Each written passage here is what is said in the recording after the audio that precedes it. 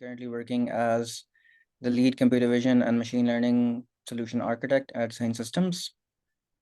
My main role involves, again, working in developing AI solutions, and it depends on the client, the kind of solutions we work with. But mainly nowadays, we're working a lot with NLP, like, large language models like ChatGPT are all the rage, and a lot of companies who see a lot of value in that. Likewise, I am a certified machine learning specialist, and yeah, data science is my day-to-day job, along with machine learning, and I do have a minor background in robotics as well, through perception. But enough about me. Let's carry on with the session. So this is supposed to be an intro to data science and AI for you guys, but you might be aware that nowadays there's a big hype about data science and AI. Everyone knows these keywords, but what exactly are they? And you guys are interested, that's why you joined the course. So let's see what this fuss is all about. So how much data do we create in a single day? Do you guys have any idea? I like to see your answers in the chat. Just take a guess. How much data is generated in any given day?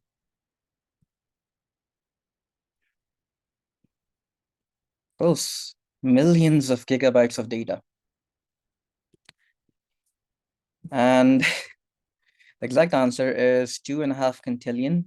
Okay, I'm not exactly sure about the exact unit, whether it's in megabytes or gigabyte, but it's a huge chunk.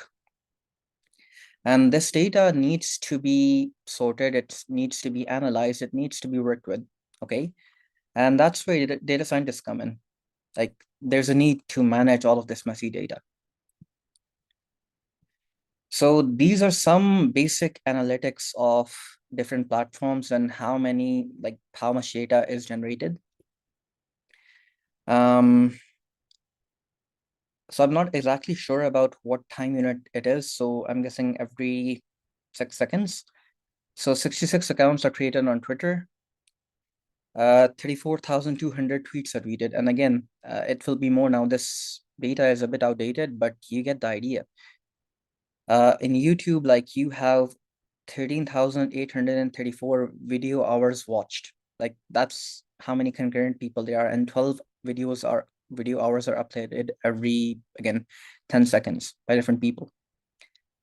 So as you can imagine, that's a lot of data, and a lot of it is very, very messy. If you work at these companies, you'll probably have a job in data science, and your job will be to manage, again, how the data is used, how to effectively use it so there's no bottleneck, and how to get insights so that, again, you can best grow your business. That's the reason why these tech startups, why Facebook is so popular, why it is continuing to thrive, because they leverage the data, they use the data they have at their disposal to make smart business decisions. So now the question comes, what exactly is data? Is it videos? Is it text? What exactly is it? So data is, again, a collection of facts. It can be numbers, it can be words, it can be different measurements, it can be observations, or even description of things. If we take YouTube as an example, the data that might be coming just from one video, again, it will be the video itself, that in itself is data, the transcript that's generated is data, the likes and dislikes you post are data, the watch time, the number of, again, people concurrently watching, these are all examples of data. But if we go beyond that, like website data, you can have offline data, for example, data in a CRM. You can have purchase data if you work in an e-commerce business, or if you're just going shopping. You'll have social data. You can have data that's generated by your smart TV. You have third-party data, and you have data that's generated by mobile apps. And that's kind of a very high-level overview. And data itself can be divided into two parts. It can be divided into qualitative and quantitative.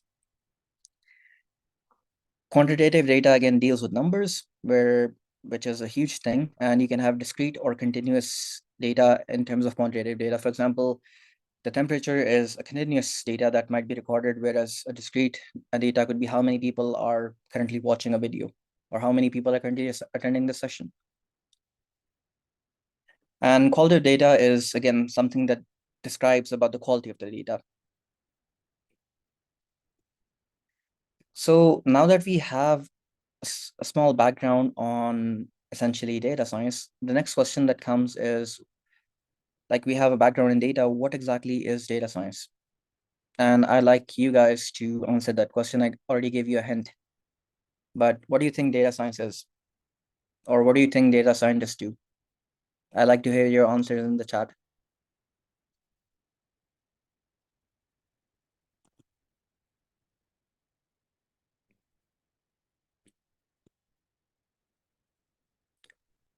Good. So getting insights from the data, interpreting the data, solving problems.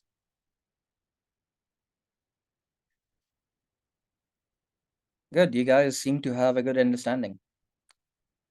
So you've gotten to the crux of what a data scientist is. And one way I like to think about data science and data scientists is that they are detectives. Just like you see detectives in the form of a Sherlock Holmes who looks for clues and find, again, his job is to catch criminals.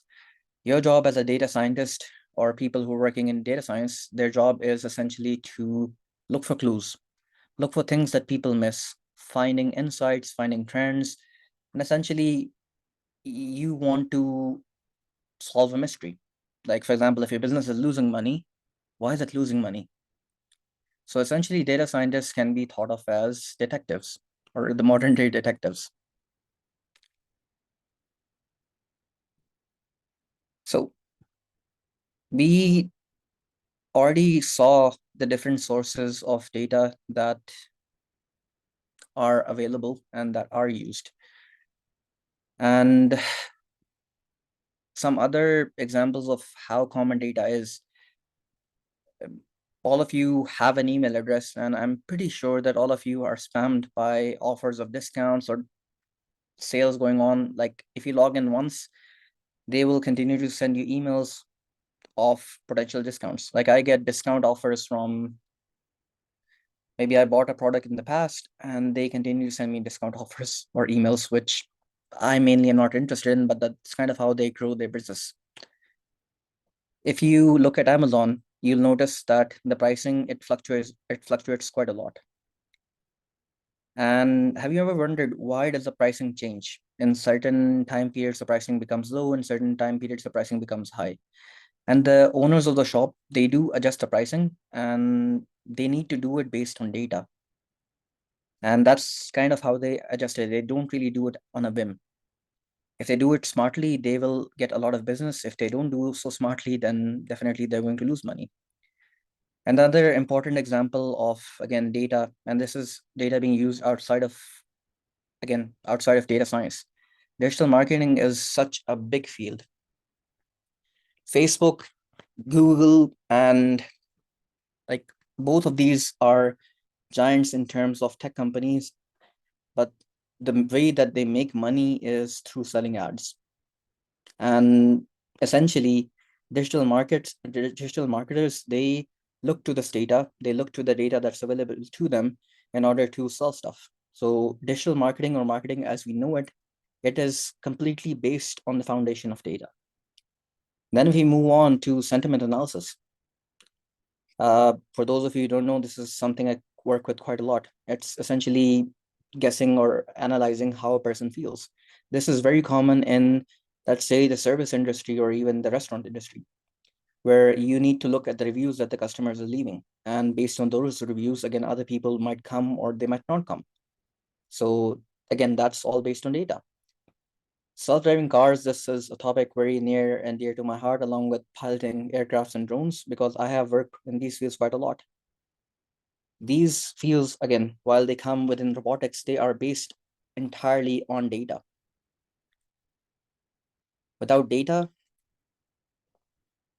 they would not really exist. Tesla, the entire reason that Tesla is so big, it's not because it makes good cars. It's not because it was kind of the first big electric car company. No, the entire reason Tesla is so popular, and that's something said by Elon Musk himself, is because they are working on self-driving cars. Without the self-driving aspect, their cars are honestly just as useful as any other electric car. We already talked about digital marketing. But if you want to do cross-selling, if you want to do upselling, if you want to predict the lifetime value of customers, this is all done using data. Gone are the days where, again, pre-internet times where everything was done manually in an analog way. Like everything in today's day and age works with data. The healthcare industry specifically, and again, this is an example of misuse of data. In the US, certain car manufacturers were found to be selling the data of different users that were using the car. And essentially, they were selling that data to insurance companies. So in short, if you did not drive your car well, okay, and even if you did not crash or something, because the data is being sold to insurance companies, those insurance companies use that data to predict who is more at risk of crashing, and then they will charge them more money. This is, in my opinion, a more unethical use of data science. And again, anything that can be used positively can also be used negatively. Similarly, if you look at disease prediction, there's a reason why medical data is so highly protected. And aside from you, or again, someone very close to you in your family, no one has access to your medical records because there's a huge potential of misuse, specifically by insurance companies. Because the goal of insurance companies is to make as much money as possible, and they will use that data to find diseases that you don't even know you have. Just by looking at, if they have data on you and maybe some of your relatives, they can correlate what you are at risk for. Similarly, in the banking industry, do you have any idea how many transactions happen in any given second? Millions and billions of transactions. So much money flowing around, it needs to be tracked, and no one can essentially do it manually. It needs to be done in an automated way. So if you talk about fraud and risk detection, if we talk about claim prediction, this is a use of data to automatically predict anomalous transactions. And if you talk about sales, like demand forecasting and discount offers, that's kind of another example of data being used. Like I will give discounts to things that maybe are not really selling that well right now, and I might not really lose that much money. So I'm using data to make that prediction. And similarly with demand forecasting, it's using data to see when something is popular. For example, during Christmas, if you look at the past data, you'll know that, for example, different consoles like the PS5 or the Xbox One, those will be very popular. So if you want to sell those, Christmas is the best time. And for someone who asked, uh, how is data science different from data engineering? So it comes down to the example I gave you before. Data scientists can be thought of as detectives. Your job is to look at the data and to find clues and to find insights. You're a detective with data. Whereas data engineers, their job is to engineer the data. They're responsible for, again, storing the data, making it easily accessible for everyone. There are a whole host of responsibilities, but their job is not to look at the data and to be a detective and to come to some conclusions. That's job of a data scientist. So what does the data science process look like? We talked about data. We talked about data science. We saw how data is so widely used in the real world. Like everything runs on data. So what do data scientists do? How does their work, how is their work done? So the first thing is to, again, you're a detective. You need to care about what you're working with. Okay. So you need to have an understanding of a business, followed by understanding of the data. So if the business is the restaurant industry, then you need to have some background. It's not something you need to be very in-depth knowledgeable. It's something that you pick up, but you need to know how the restaurant industry works. That helps you. Then you need to understand how the data is collected. For example, is the data collected manually? Like I'm sure there are restaurants all over the world which do not have any, which do not have any like digital mechanism. They still do things by pen and paper. So there's a lot of room for error in those cases. Then how is the data prepared? Like after you understand the data, you actually need to prepare it if there are some problems with the data. Because for example, if the data is manually noted down, there can be a lot of mistakes. I need to digitize it. Okay. Then I need to model the data, and modeling the data essentially means to look for clues in the data. That's the most simplest way I can explain what it is. You're looking for clues in the data for different patterns, and based on the model, you do some evaluation. And the evaluation is, again, what are the clues that you found, what the insights that you, again, came up with. And deployment can refer to a lot of things, but in the most simplest of senses, deployment can be thought of as you going to your boss and telling them, okay, like we're losing money on these restaurant sales because apparently we do not really work. Like there's not a lot of customers from this time to this time, but we're still paying the staff and we're still, again, keeping the grill open, which is costing us money. So that's kind of a very top level view of what the data science process looks like. And for someone who asked in the chat, what do data analysts do? So data science is a very big field, and there are a lot of specializations within it and a lot of fields related to it. One of them is data analysts. And data analysts do a lot of stuff that data scientists do. Again, data analysts can be thought of as a subset of data science. But the main purpose or the main work of data analyst is to, again, look at the data and present insights to non-technical people. For example, to your boss who only knows where to spend money. He does not really know about the technical aspects and he doesn't really care. He just wants to see the company growing. So a data analyst job is to, again, become the bridge between the technical team who's doing analysis and the business team who essentially does not know any of the technical stuff going on.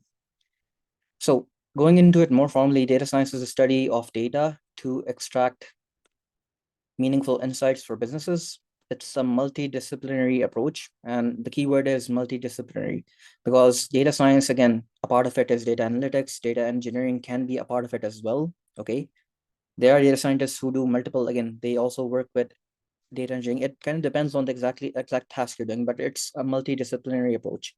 It combines principles and practices from the fields of mathematics, statistics, artificial intelligence, and computer engineering to analyze large amounts of data. And for someone who asked me within the chat, is computer engineering a part of the data science? There's a huge overlap, but no, it's not really a part of data science. There's an overlap.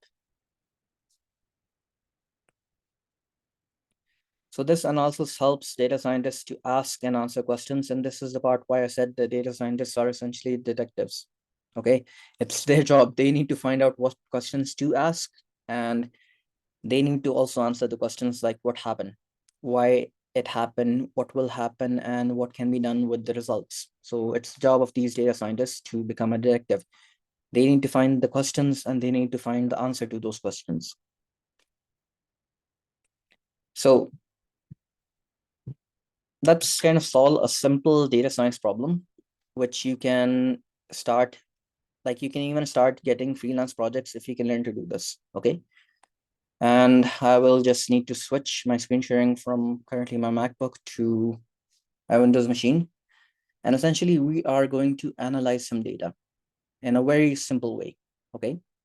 And you'll see how simple it is. And this is a big part of what data scientists do in their day-to-day lives. So let me just start by sharing my screen.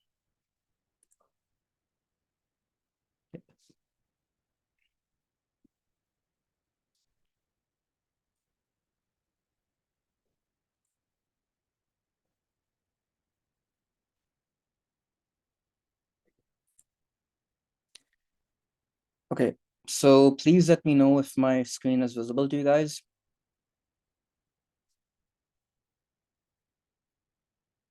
Okay, perfect. So I kind of already did load up some data and I am going to delete it for this example. So just give me a second to delete it. So this software is essentially called as Power BI. The BI stands for Business Intelligence, and the entire purpose of Power BI is to help you to analyze the data and make, again, to perform data analysis and to essentially make charts and visualizations and dashboards that can be used by other people. Okay, so I deleted the data, and the first thing we're going to do is coming back here, I need to load the data. And you can load data from various sources. And some people did ask that where does the data come from? So again, it's the job of data engineers typically, or people who work with making the data easily accessible, storing the data, but you have a lot of different sources. I can get the data. The simplest way is for those people who work in Excel, I can just import an Excel notebook. You have other different sources, data flows. You can, again, SQL servers are quite common in storing data, okay? I can even import CSV, I can import data from the web. So Power BI is a very powerful tool which allows me with absolutely zero coding to import my data from different resources. So I'm just quickly going to load up the Excel notebook, and a new pop-up opened up. I'm going to load the data. And because I'm just sharing this window, it didn't show the file explorer. And okay,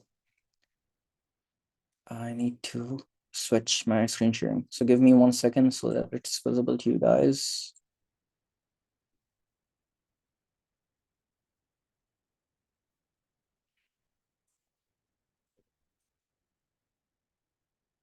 I think that's fine. Okay, so I'm quickly just going to load the data that we have. And just by just selected an Excel sheet, it gave me a pop-up to load the data, and the data should be loaded. And because this computer is a bit slow, I'm using a virtual machine. It will take a few minutes for it to load, but typically it's a very fast process. So the data has been loaded. Perfect. This is kind of what the data looks like. I loaded the data and the Excel file had kind of two sheets. Okay. This is an example. In this case, it's a company, an online company that sells cookies. Okay. And what you have is customer data, their address, their city, their country, their customer ID, customer name, phone state. And then you have data about the cookies, how many cookies were shipped, the cost, the customer ID, the order date, and this is again a high level overview. So we successfully imported the data and we can now come and visualize that data. So visualization is a very simple process. And the way it works is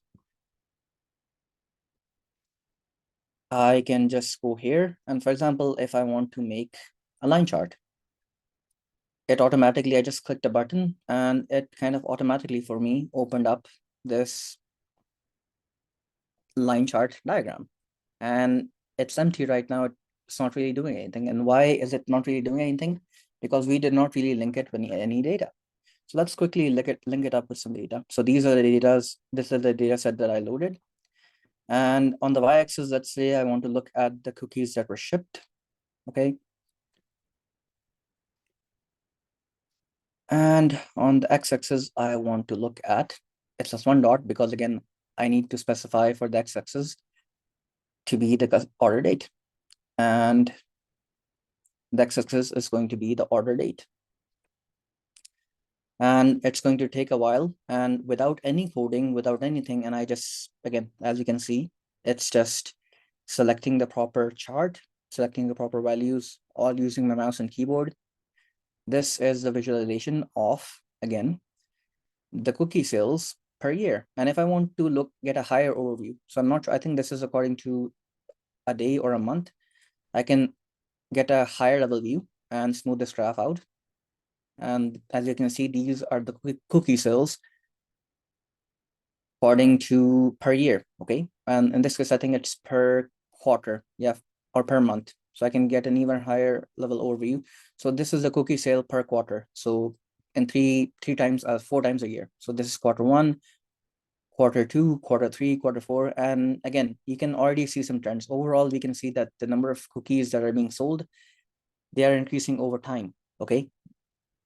But we can see that there was kind of a dip here and there's also a dip here. So it seems like that at a certain period when like the year is ending, there seems to be a decline in cookie sales. And this is where I mentioned that data scientists are kind of like a detective. You need to understand the company or the work. You also need to understand the data.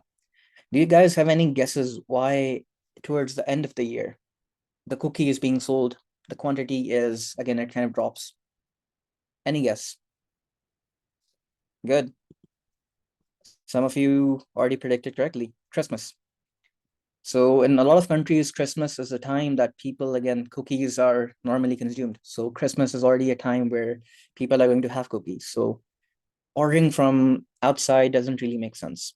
So you got it. Good job. Similarly, let's say I want another chart, and this in this case, sorry. Um, this is a pie chart, and this shows the quarter, but again, the better representation is this line chart. Okay, and perfect. Now I need to make another chart. In this case, I'm going to make a line pie chart. Okay, and with this pie chart, I want to look at, let's say,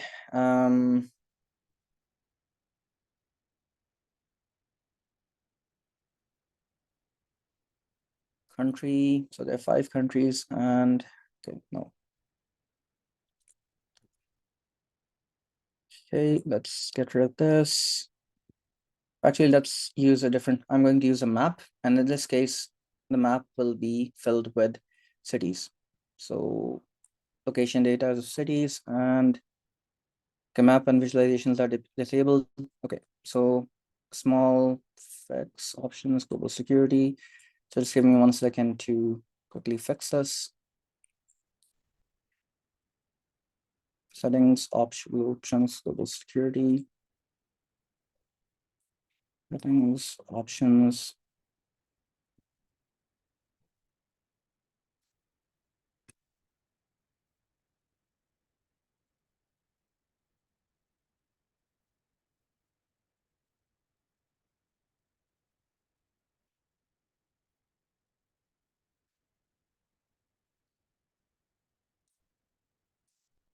Okay. That should be okay now. Just going to take the city data or country data again, put it here in the location.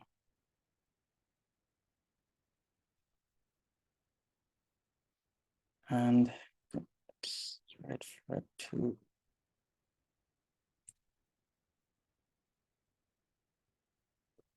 Okay, let's while we wait for it to load. Again, you can make any visualization that you see fit. In this case, let's say that the next visualization I have is a gauge.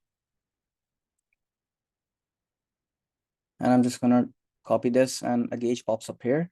And what I want to show in this gauge is the value. And for example, I can just select revenue, and here I can add the revenue here for the value.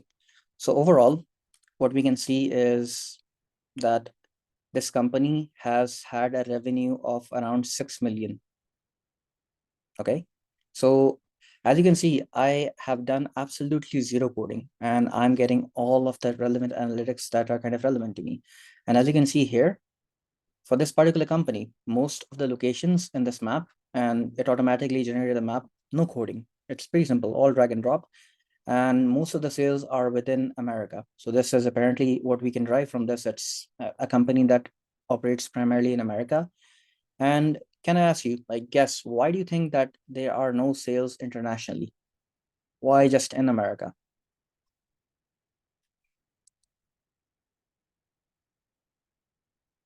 So do you guys have any guess?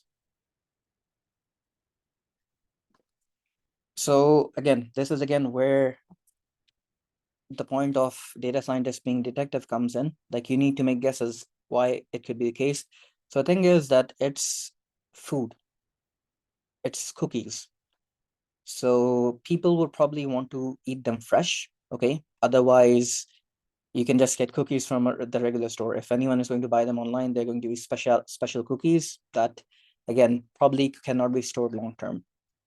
So the two things that come to mind why this could be the case is, number one, uh, again, if you want to ship abroad, it's going to take longer and the cookies will spoil. So business wise, it doesn't really make sense. And the other reason is a lot of countries, they have export restrictions. As it is a perishable good, but there are export restrictions with regards to what you can export, or foods that you can export with milk in them or meat in them. So a lot of countries will not really allow these things to be shipped. I know, for example, I live in Europe and I cannot really bring anything with meat outside or even milk. So, and again, this is what I mean. Data scientists have to think on their feet. They have to, honestly, they have to question things. They have to get the answer to those questions. And that's kind of what your job is all about. So let's make, so what chart to use now? So let's say this is, for example, a card. And again, in this case, let's say I want to see what the cost is or the cost looks like. And in this case, I got the cost, and actually, nope, the cost to be displayed here. No, sorry.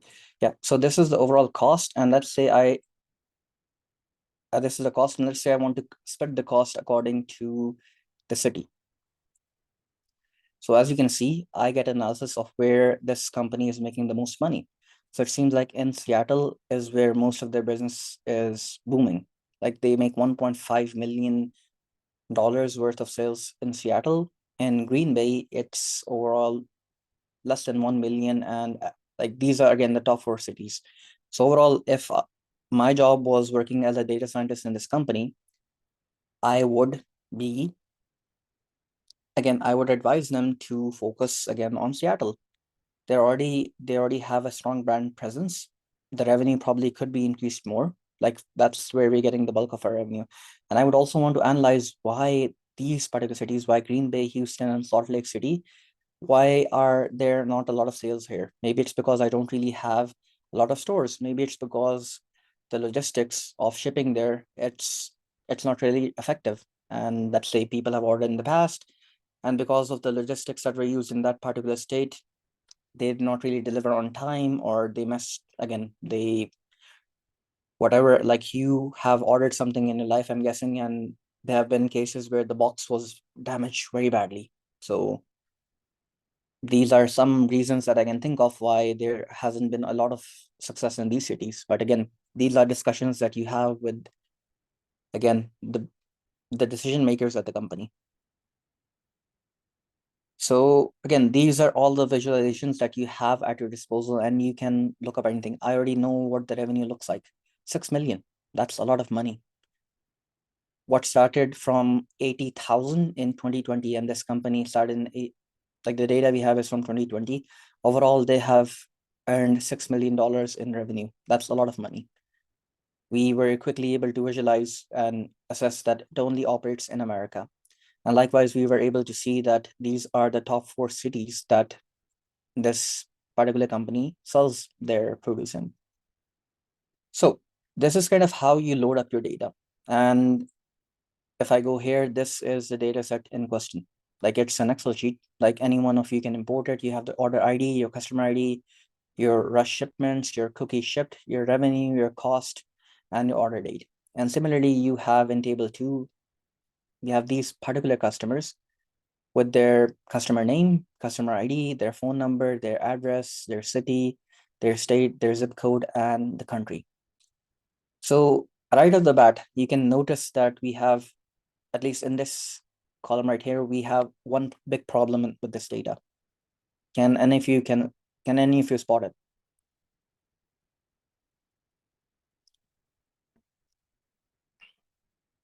So typically when you work with data, your data should be kind of the same. A computer is stupid. It'll trade the United States and the US as two separate things, whereas we know that it's just one thing. Okay. So you can quite easily, I think I can manually rename it if I would like to, or I could. So it's not incomplete, it's incorrect. This sometimes happen, like some people, maybe they might have used United States, some people might have just entered the US. So it happens, it's not really a huge issue. So if I go here and I can do it manually if I would like to. For example, I can just go here and this will actually change the column name, but I can do it manually here for as well. But the proper way is that you transform your data. So as you can see here in this top column, you have this column called transform data. I'm going to click on transform data, and it opens up another editor. And just give me a second to reshare my screen with you guys. I'll just share the window.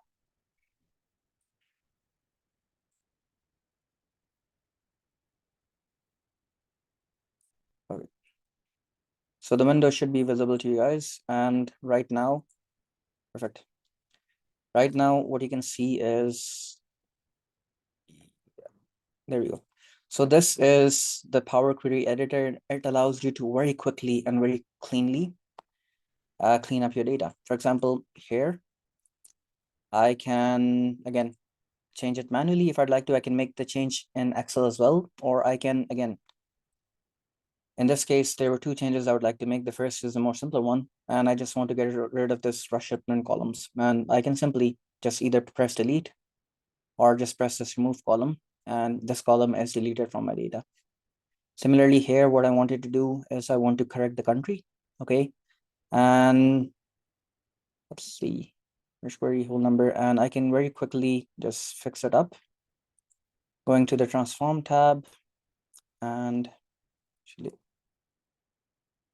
remove errors, transform, okay, trim, capitalize, excellent, replace value. So I want to go to replace values, okay? And what I want to replace is I want to replace US, okay? Very quickly, and I can just replace it with United States.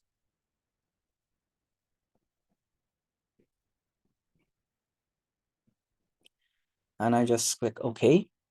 And you can see that I've very quickly just corrected all of the mistakes like with the data.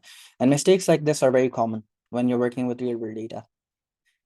And I'm done. I made both of the changes that were needed. I just need to press close and apply, and it'll apply the change to the data. Okay. And here you can see that it's automatically updating the data.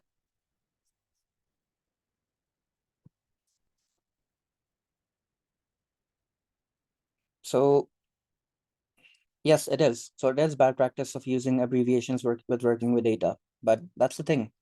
In the real world, the people who enter this data are going to be, let's say, a cashier. So you can tell the cashier, okay, don't enter the data like this. You need not to use abbreviations, but there are still going to be cases where abbreviations are used. There are still going to be cases where there are mistakes in the data. And it's also your job as a data scientist to clean up the data.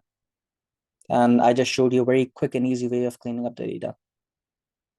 So what have we seen up till now? We saw that, again, we saw the sales kind of dip in December. And again, it is probably due to Christmas, okay? We saw that most of the sales are within the US. We saw the overall revenue of the company, and we saw that most of the sales are here. As for why are the sales in Seattle, this is not something I can just look at this data and answer. But if you had more data to go on, we could probably see why are again most of the sales in Seattle. If you had the logistic details, if you had the customer locations, again, this is just one small example with this small data. And now, if you were to show this to your boss, he probably will not understand, because it's kind of not his job. His job is to make sure the company runs. His job is to make sure the company makes money. Similarly, a lot of people in the company who are decision makers, they don't really understand this stuff, and they don't really want to understand. That's kind of the truth of how it works. Their job is to make the business make more money, okay? Their job is to get investors. Their job might be to expand. So their job is not to worry about the details. That's why they hired a data scientist. It's your job to kind of make this data, which is very hard to read, which is, again, if you're an expert in Excel, good for you, but not everyone is. If you're working with someone in marketing, it's not really the job to be good at Excel. So that's why these visualization come in. You can express your insights that you gain to people, to your boss, to your employer, and essentially then they can make a decision.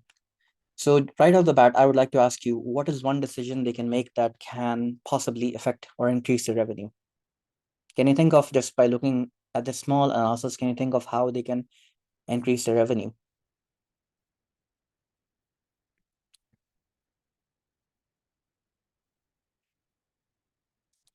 So yeah, expanding business is one way of doing it.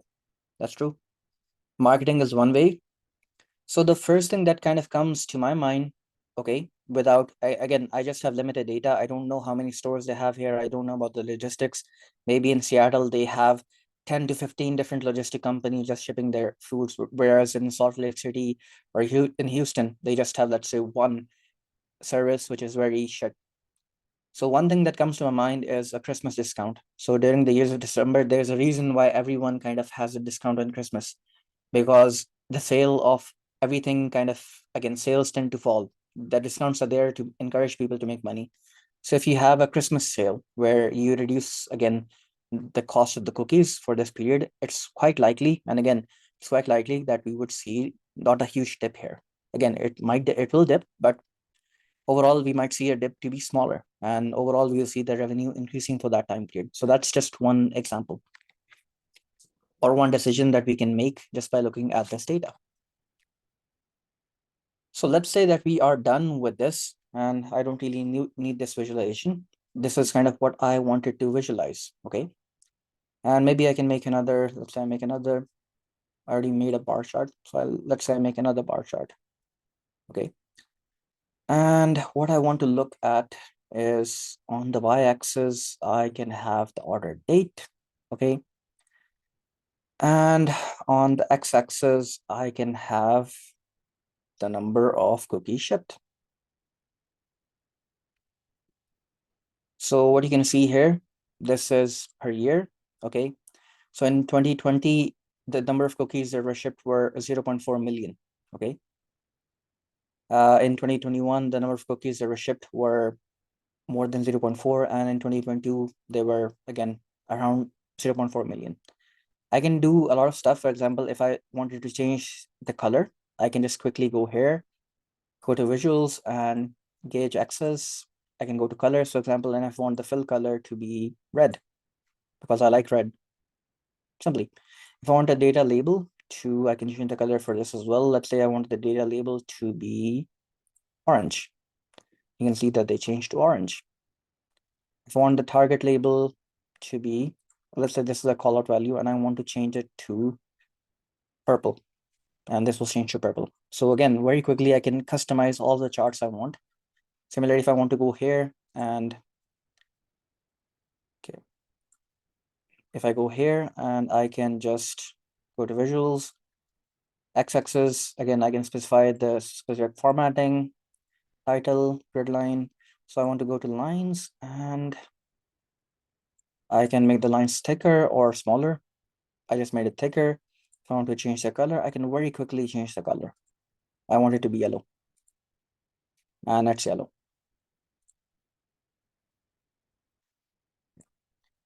And likewise, and one important thing that you can also see, if I want to zoom in somewhere, all of these charts are interconnected. So what we saw here initially, these two tables are connected together and I didn't really connect them. The software is small enough to make these connections itself. I didn't really have to do anything.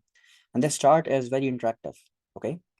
If I want to go here, you can see that it changes. It will now show me the sum of revenue for July 2021. So this is July 2021. So I have the sum of revenue here. If I go to August 2021, I can see that the shipments, they decline. So, and in September, they tend to increase. So one of the reasons, actually, it might be, maybe we're mistaken, but one of the reasons that the sale it kind of dips in August is because you kind of have your holidays at this time. So a lot of families, they are traveling, they are not really at home.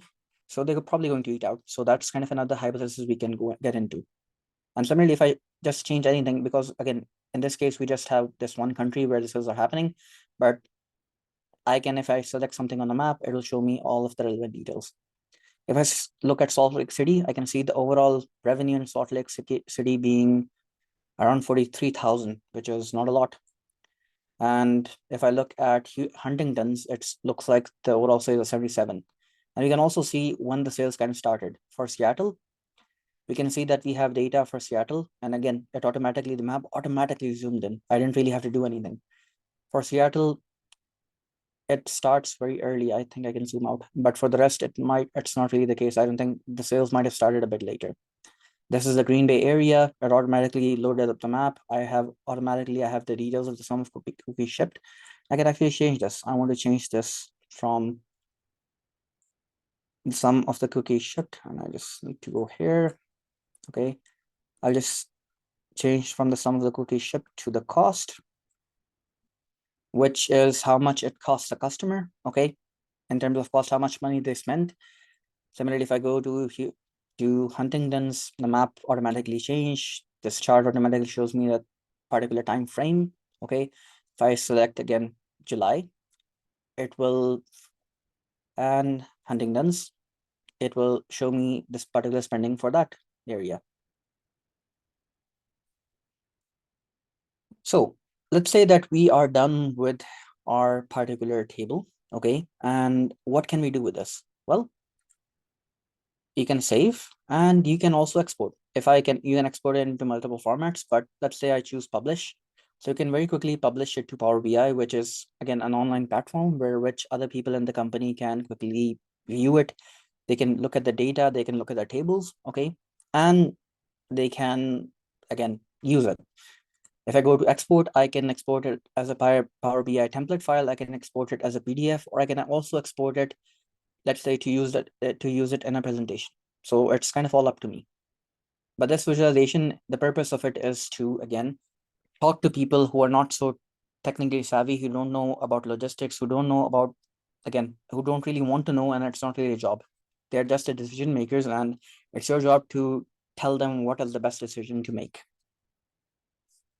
So some of you asked in the group that data science and AI comes in as well in data science. And as we progress into these workshops, again, if you follow along with the workshops, you'll see where AI comes in, but AI is kind of all over the place. And it kind of depends which subset of data science you want to go in. But AI is a huge part in data science. Like machine learning, deep learning, all this is a part of data science. So any questions so far from you guys? What do you think about Power BI and the visualizations that you can make using it? Do you think it's difficult to use?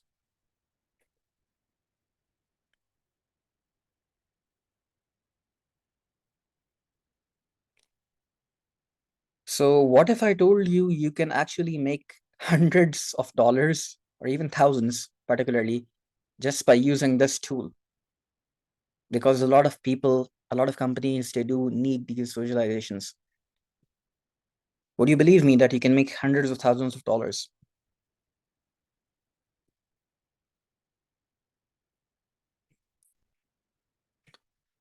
And for those of you who have, again, who want the slides, they will be accessible. You guys will be able to have access to them. So let me just, again, I'm just going to stop sharing and I'm going to quickly come back to the slides. So just give me 1 second.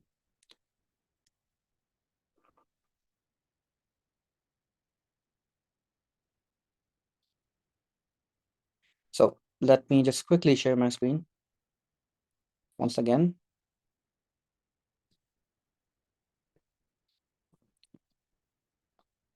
So what we just saw is that we made a dashboard, okay? Very quick, we very quickly made a dashboard and we were quickly able to, again, I have nothing to do with the company. I don't really know how the company operates. Just by looking at the data, I was able to assess how they can improve their business, where they're currently lacking, and I can already give some suggestions. So you can already see that, again, like you are a detective and it's your job to find these insights in order to help the business grow. And we already saw that businesses can only grow in this digital age by looking at the data. If you agree with me, just hit a thumbs up. Like, if you think that data is important and it's kind of the only reason, it's not the only way that for companies to grow. We already saw it. But if you still have any doubts, like, let me know. But if you agree, just hit a thumbs up.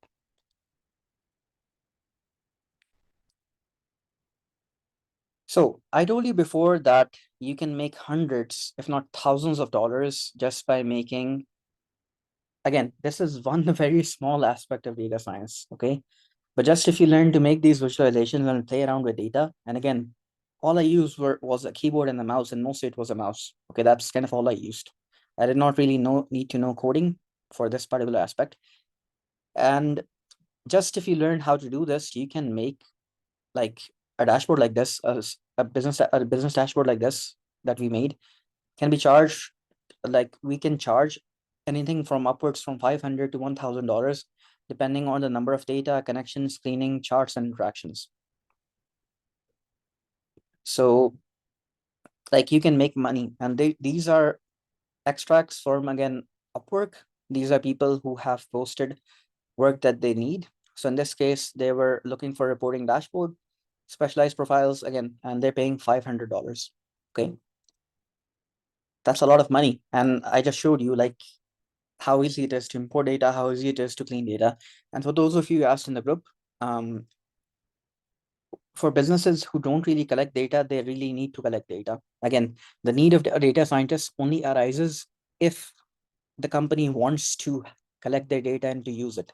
So there's really nothing you can do here. And again, those company, if they don't really change, they will, yeah, yes, it can. And can be used for this approach. And for those companies who don't really pivot, they will again go extinct.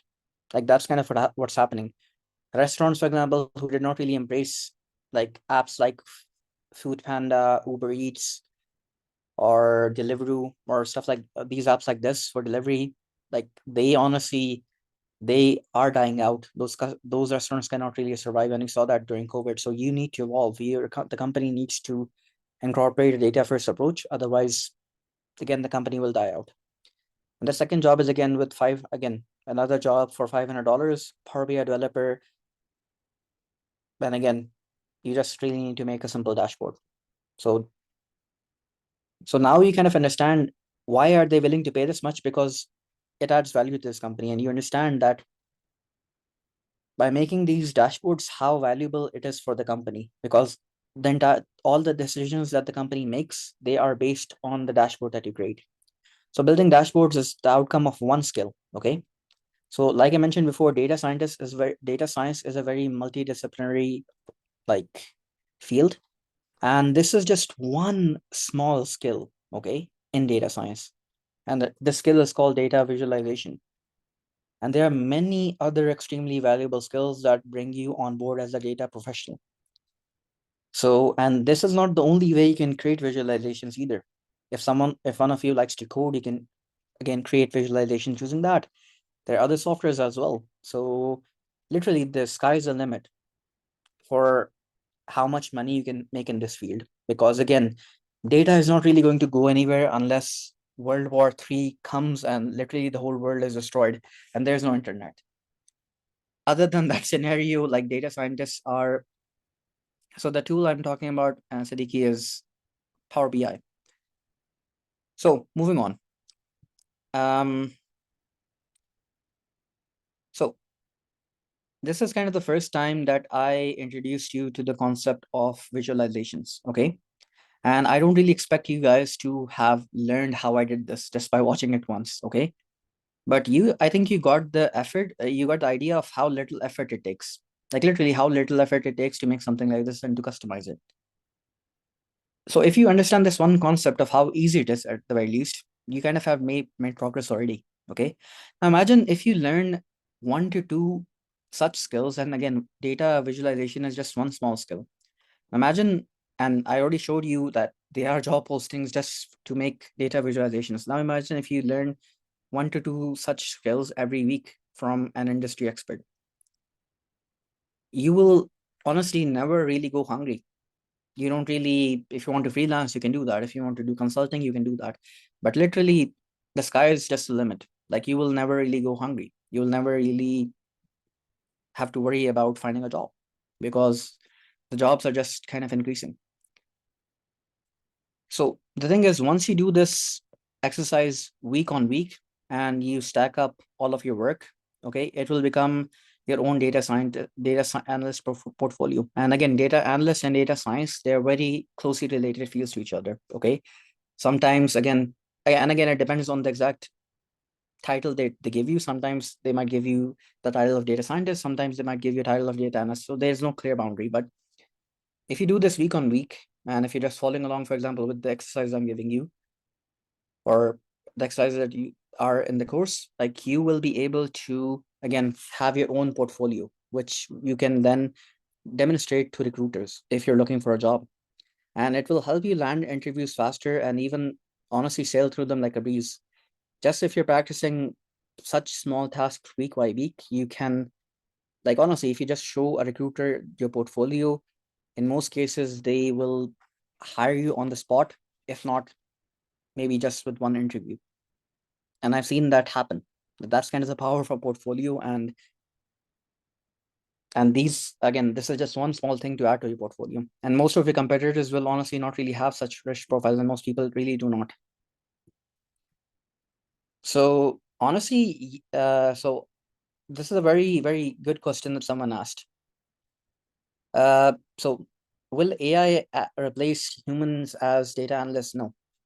So AI tools, even in Power BI, you have AI features that help you to do analysis better. But the thing is, they can't really replace humans. You still need humans in the loop because the decisions you're making, they can, again, they can either make you millions or run your company into the ground as if you're running a company. And the problem with AI is it's very helpful, okay? But it's also very stupid. If it hallucinates and it gives you the wrong result, you can literally lose billions overnight. And someone else asked, how can you get data science analyst jobs apart from Upwork? So Upwork is more freelancing, okay? And I just showed you how you can, again, this is if you want to supplement your income, but LinkedIn and other recruiting companies, if you want to look for a job, these are very good platforms. But the thing with these is you need to show your skills, you need to show your portfolio, and you need to show that you know your work. And again, if you do, that's the example I gave you, if you do such small tasks week by week, not only will you be developing your skills, but you will also have a portfolio that no other or most other people do not really have. And that is what will lead you to getting hired. So do you guys agree with that?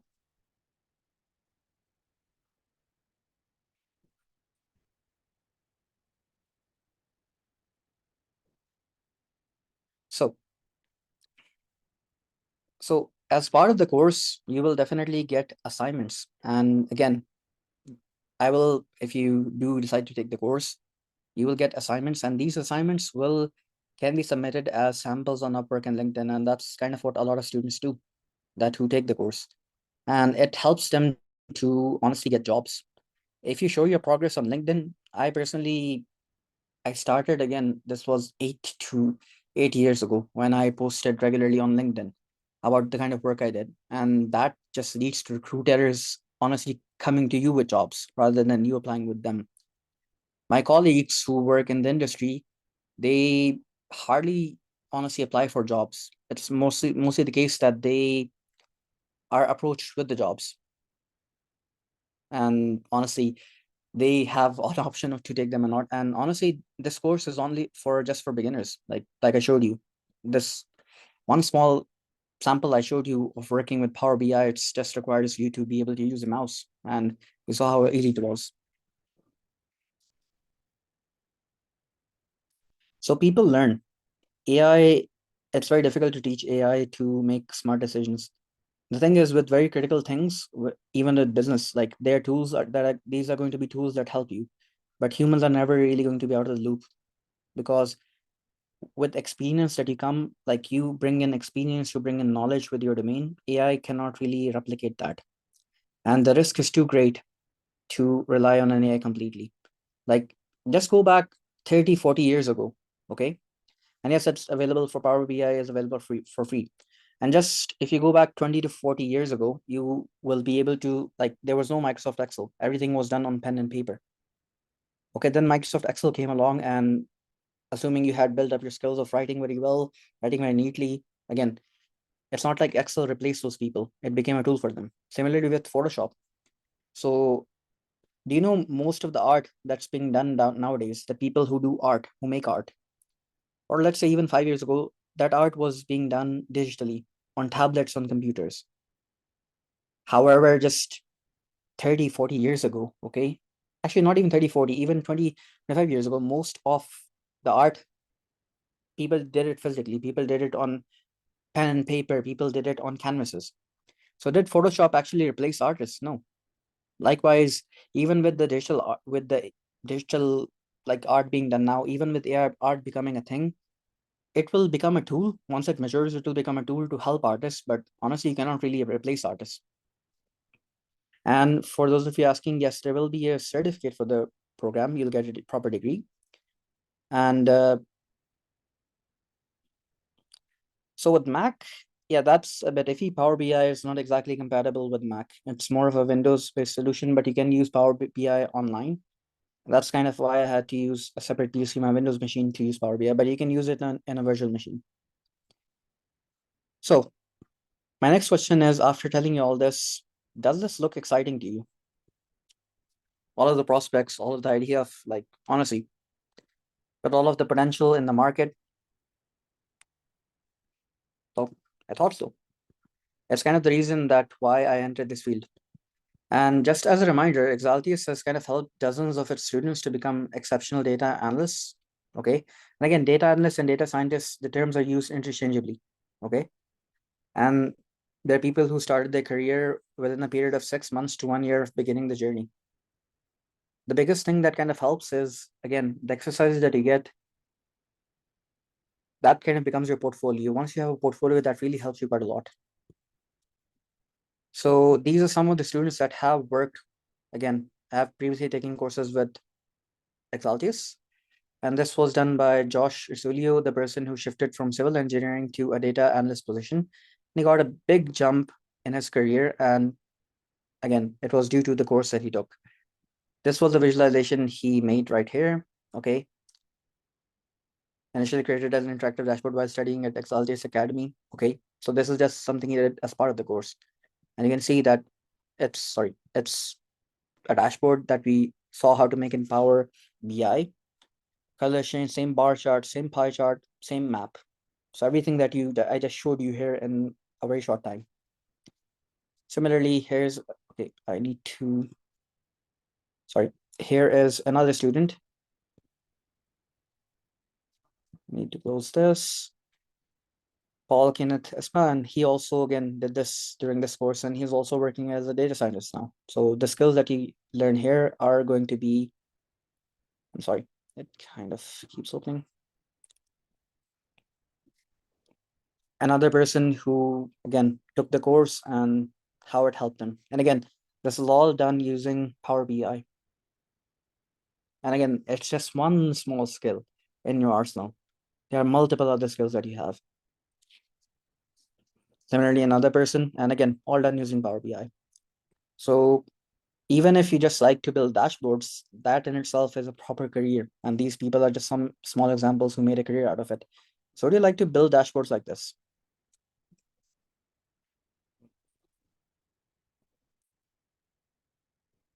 So for those of you who are asking about specifics about the course, at the end, we'll have a Q&A session and we will answer those questions.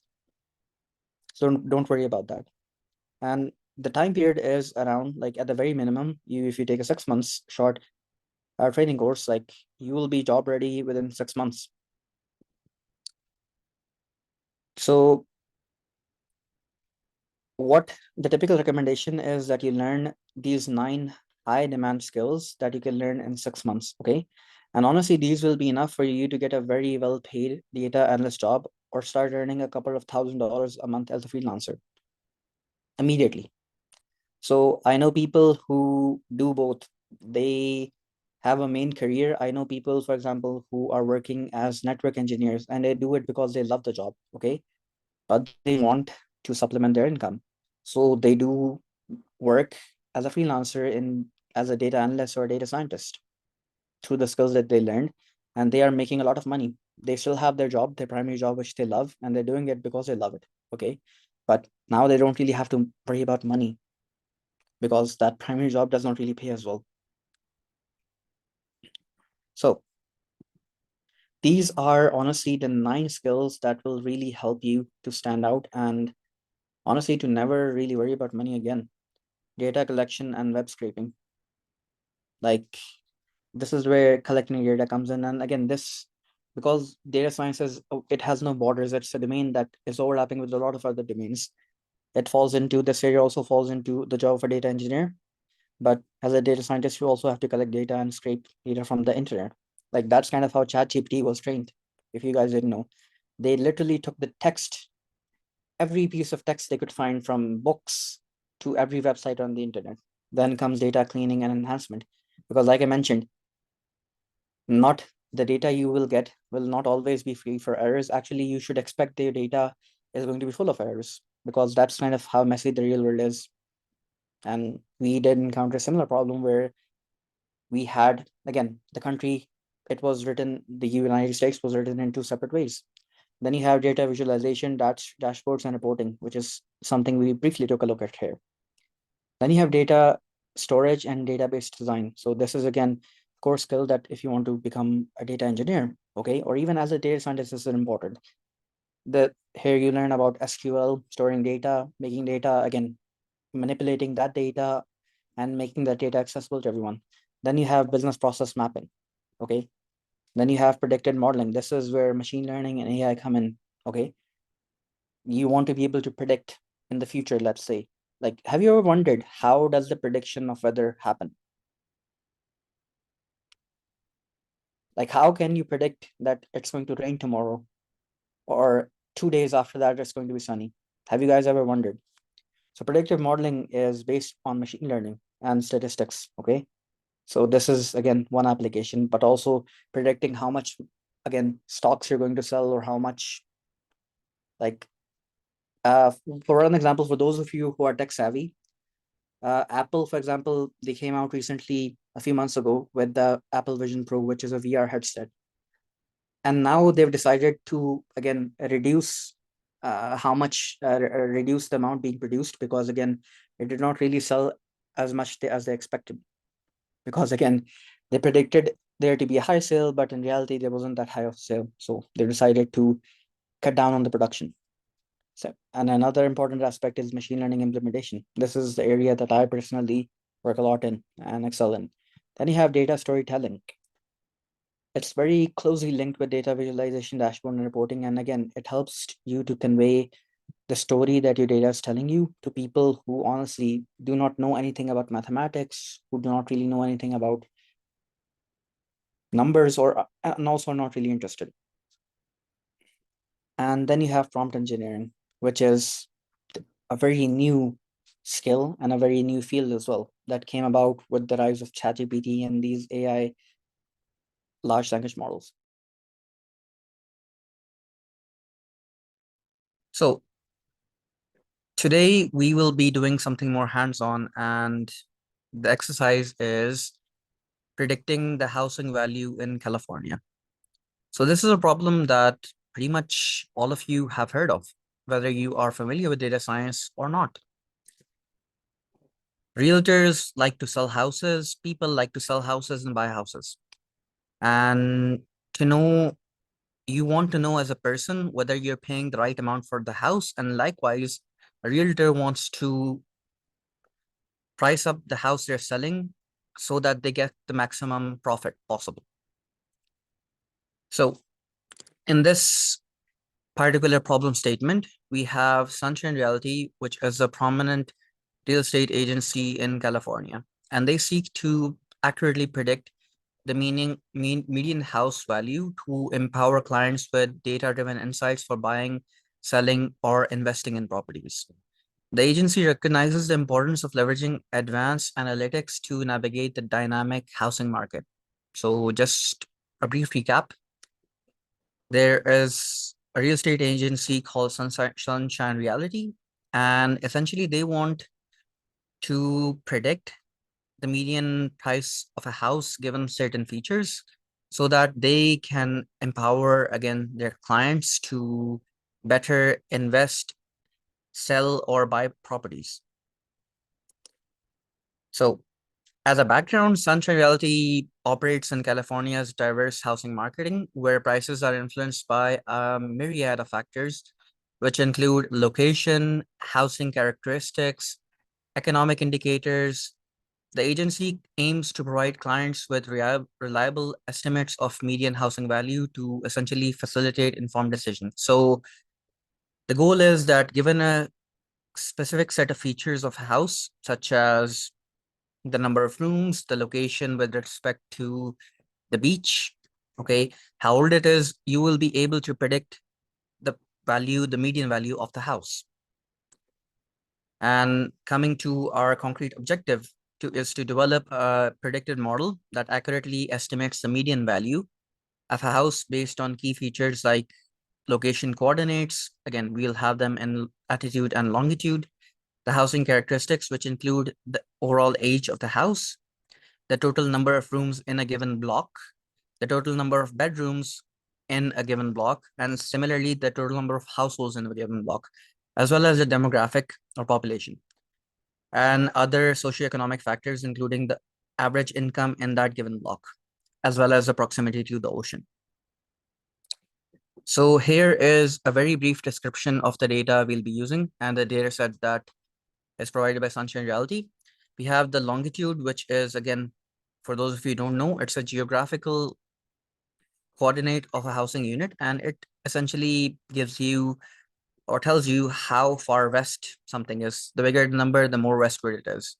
Likewise, you have the latitude, which tells you how far north something is. So the bigger the number, the more north it is.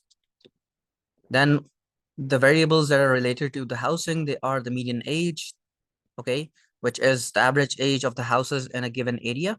Okay, then the total number of rooms, which are the total number of rooms and, again, housing units in a given block.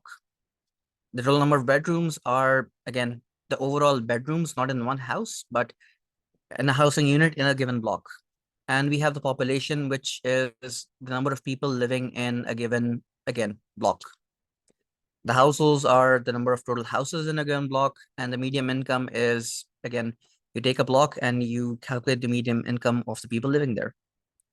And similarly, the median household value is a thing that we want to predict, okay? And this is the value of the owner-occupied homes in the given block. And the ocean proximity, as you're well aware, houses that are near the beach are more expensive than those houses that are inland. So this is a categorical variable which indicates proximity to the ocean, i.e. whether it's near the bay, whether it's inland, whether it's near the ocean, okay, or whether it's on an island. So what do we expect as an outcome of this? The successful development of a predictive model will enable Sunshine Reality to provide clients with accurate estimates of median household value, enhancing their ability to make informed decisions in the competitive California housing market. So to simplify it a lot, we are given a data set by a particular company that wants to predict the median housing, the median prices of houses in California. We have a lot of features of those houses, and we want to build a machine learning model that will be able to predict the median price of the house. Why do we want to do this? Because, again, it's beneficial not only to the company to be able to predict this, because then they can buy houses that are more valuable, again, invest in particular houses that, again, will see a boom, and they can also get their clients the best deal possible.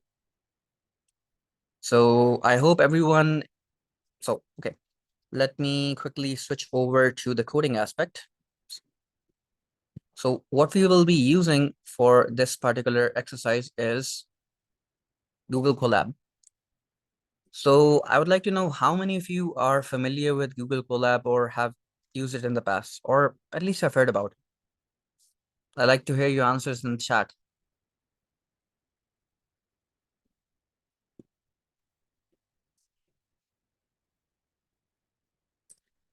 Okay.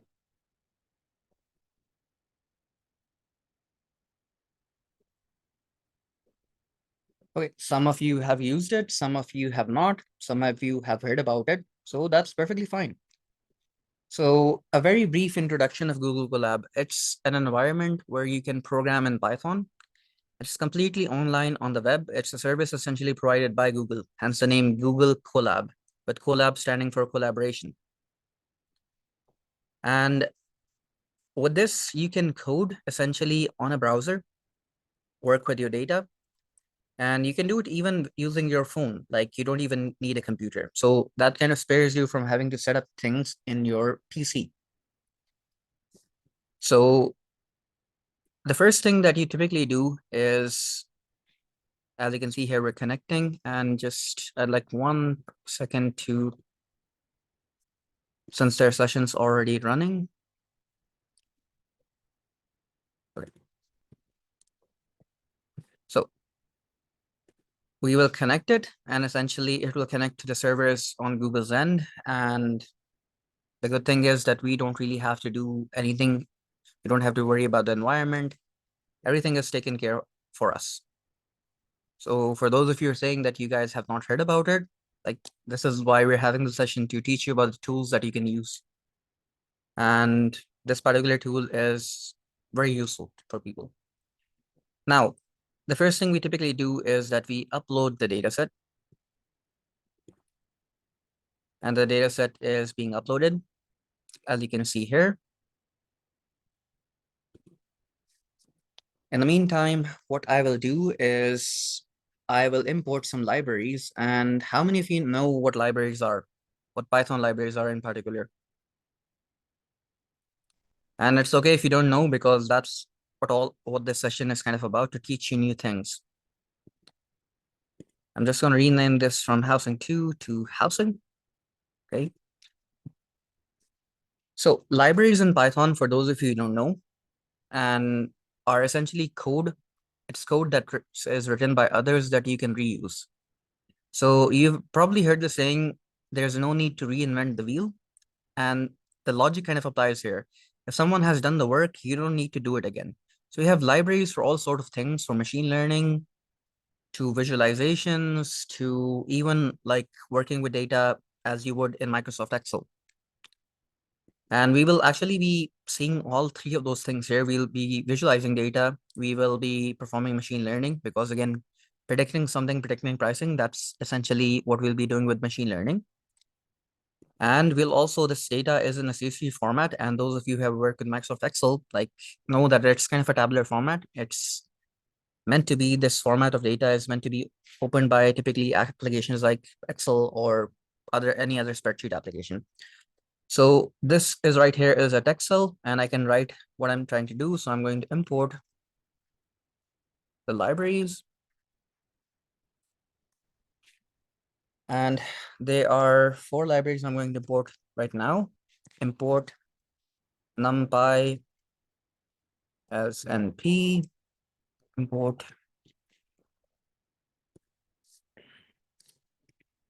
pandas as pd, import mat.deb.py plot as plt,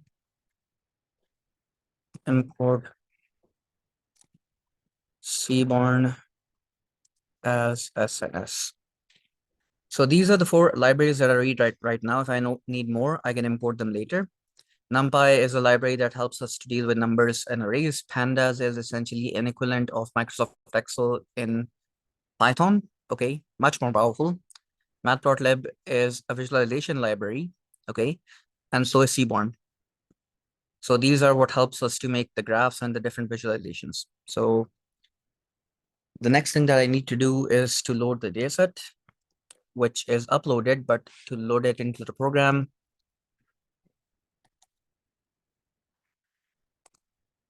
So data is equals to PD, which is again pandas, which is again, it provides us the functionality of Microsoft Excel, read underscore CSV. And I just need to copy the path.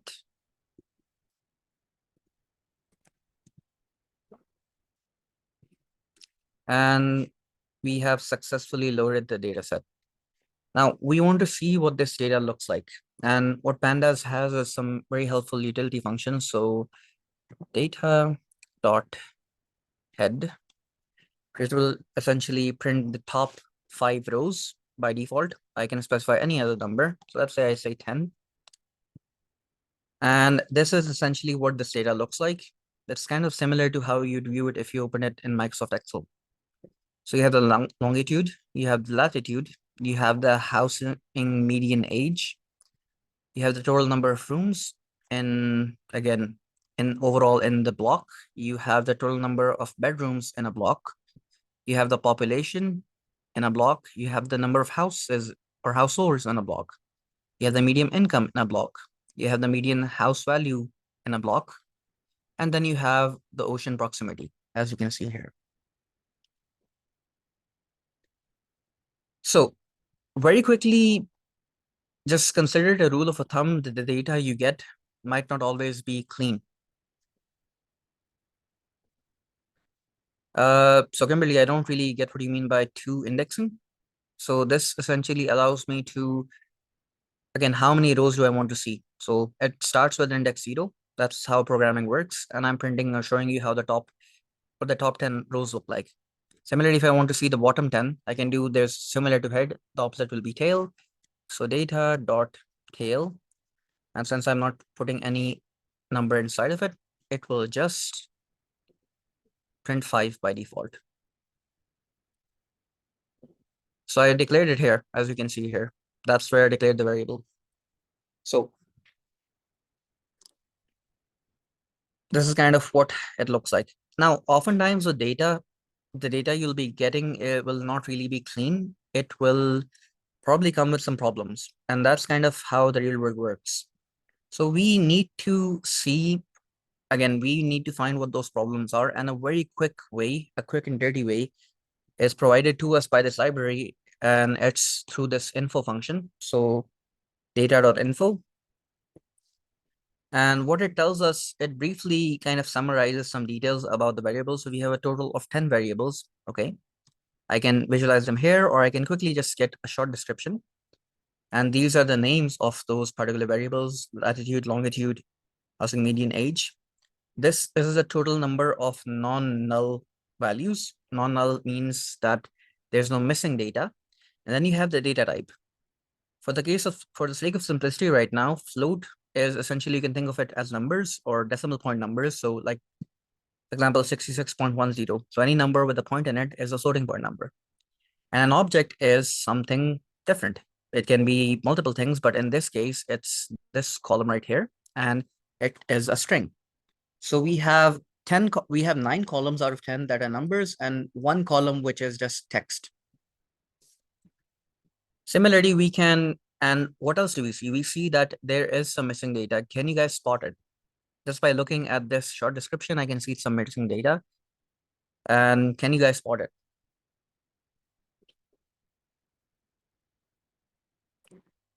Exactly, Angelo.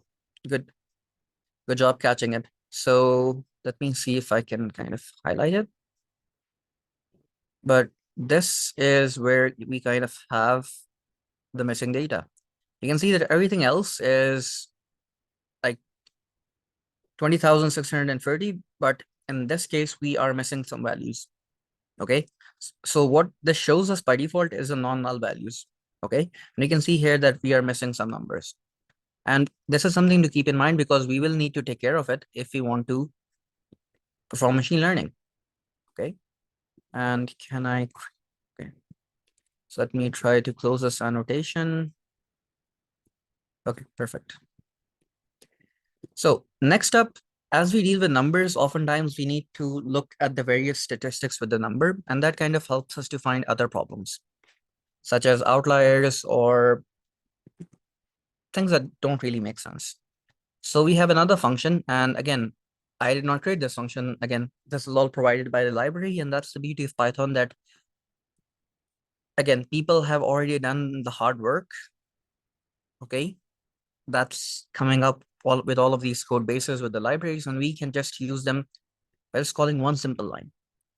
So all the work has been done for us in this aspect. And what we see here is some simple statistics, and this is only for the columns that are numbers. Okay, so we have basic statistics of the latitude and the longitude. So we can see what's the minimum, again, latitude and the maximum latitude and longitude. The other values for this one, they don't really make sense, but essentially this tells us, again, this gives us an idea of about the range of the area, like what area is being covered in the data set. Then if you look at the housing median age, we can see that the total number of entries are going to be same for everything, but the average or mean age is 28 years for the houses. Okay, the minimum age is just 1 year. So there are houses that were just built a year ago, and the maximum age for houses in this area are 52 years. Okay.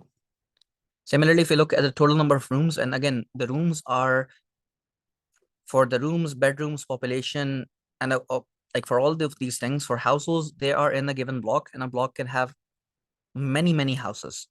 So the average number of room, okay, the average number or the mean of the total bedrooms is 537. The minimum is just one bedroom, so a very small house, okay. And the maximum in a given block is 6,445. Similarly, if you look at the population, so in a given block, the smallest population is 3. So this might be in some in the outskirts of California, in some area where there are not a lot of houses. That's why the population is also quite small. But the biggest overall is 35,682, and that's just in one block. Okay. And again, we can see the statistics for everything else here as well. Now, this describe function is very useful because it allows us to see some problems very early on within the data. But I don't really see any problems. One particular problem, for example, can be that someone entered the data incorrectly. And for example, the total number of bedrooms, you have something that's negative. That actually does happen in the real world. So this helps you to kind of catch them early on. Moving on, we see that there is no other problem with the data aside from the missing values. Okay. And what we can do is now we can actually see how many missing values we have. We know that we are missing some data, but we can kind of quantify it.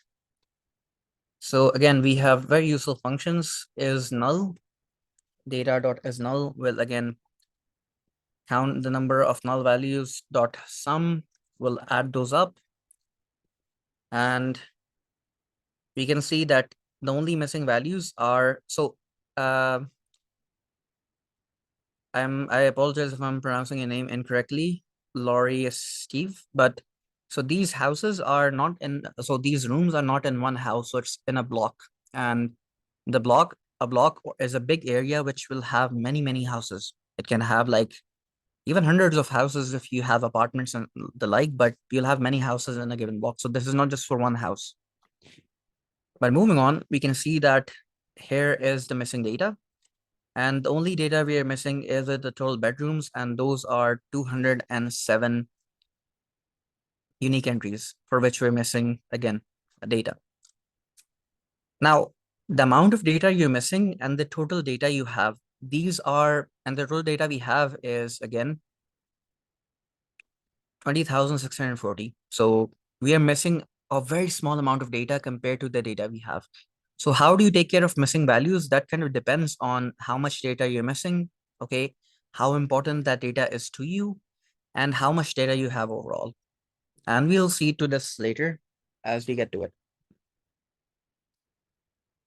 Another very quick way to see if we have missing values, again, is to just do data dot is null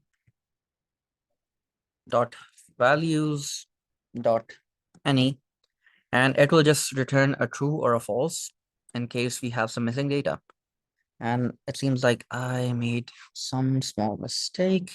Yes, I did. I missed these brackets. And so these are very helpful to you. Like these errors, you'll get them a lot when you're programming, but they're very easy to fix. And in this case, it tells us that, yes, we are missing data.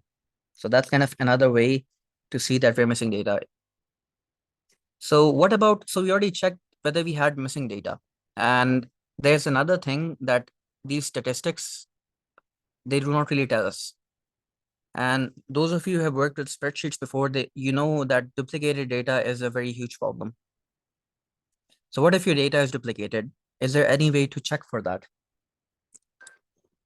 So let's say one particular house, so let's say this particular house, okay, it was repeated 2 times in the data set or 3 times. This happens a lot if you're working in the retail business where someone has to manually enter the price of a product and other information. But in Python, it's very easy to check if we have any duplicates, and we have a function for that as well. Data dot duplicated,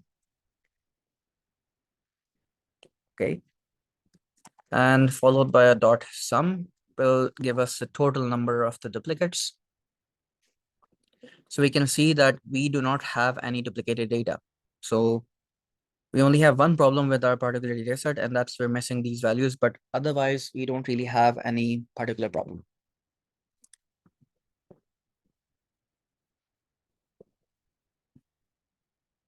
So now what we want to do is, that's another important job in the role of a data scientist, and that's to, it's it's technically called, the term is exploratory data analysis, but what you actually do is you become a detective with the data and you try to make sense of the different numbers. And again, there's a story behind the numbers, and I'm going to show you and walk you through it. So EDA stands for exploratory data analysis, and I like to think of it as you putting your detective hat on and trying to find some clues. So let's first of all analyze this particular. So let's try to, sorry, give me 1 second. I have this window open. So let's try to first analyze this particular, where did it go? Right here. So we have this ocean proximity, and that's the only thing that's different from the rest, in that it's kind of an object type. So let's try to take a look at this first. So, and try to make sense of it. So data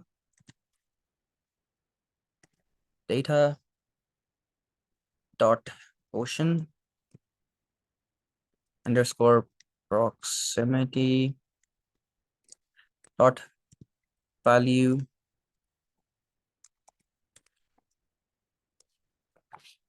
And this is kind of an important variable because the price of your house will go up depending on how far you are to the house, how far you're from the ocean. So in this case, we can see that we have, for this particular column, we have 4 categories. We have those houses which are less than 1 hour away from the ocean, and those are the vast majority. So 9,136 in this area set. Then we have those houses in the inland. So they comprise the second number of, like, the biggest number of houses, and those are 6,551. So the inland ones are those in which are far away from the ocean, and you might have to drive even 3 hours to get to the ocean. Then you have near the ocean, okay, and those are 2,658. You have near the bay, which is 2,290, and then you have those houses which are apparently on an island, still in the state of California, okay, and those are 5. So putting your detective hat on, can you guess why there are only 5 houses on the island? What do you guys think?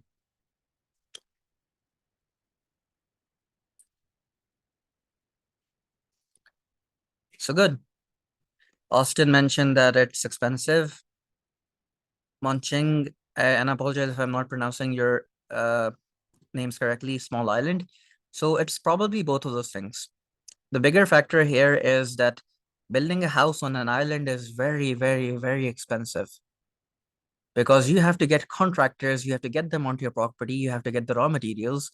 And not only that, you also have to manage, yeah, these islands are probably going to be private, okay, but they're also going to be very expensive to build, and then also very expensive to maintain, because you need to make regular trips to, again, to the mainland to get your supplies and stuff. So if I have to take a guess, these islands, or the houses on these islands, are probably owned by millionaires or even billionaires. So the major factor is they are extremely expensive, and typically those people would build houses on an island who typically want to be alone. And again, this is kind of a guess, but that's your job as a data scientist, to make guesses. So what we're going to do is we are going to look at the columns with numbers more correctly. So what we're going to do is we're going to separate out the numeric data, and numeric underscore data equals to data dot cropped. And what I'm going to drop is I'm going to drop the column of ocean proximity. Just copy it from here. That's the name. I'm going to paste it here. And since I want to drop the column,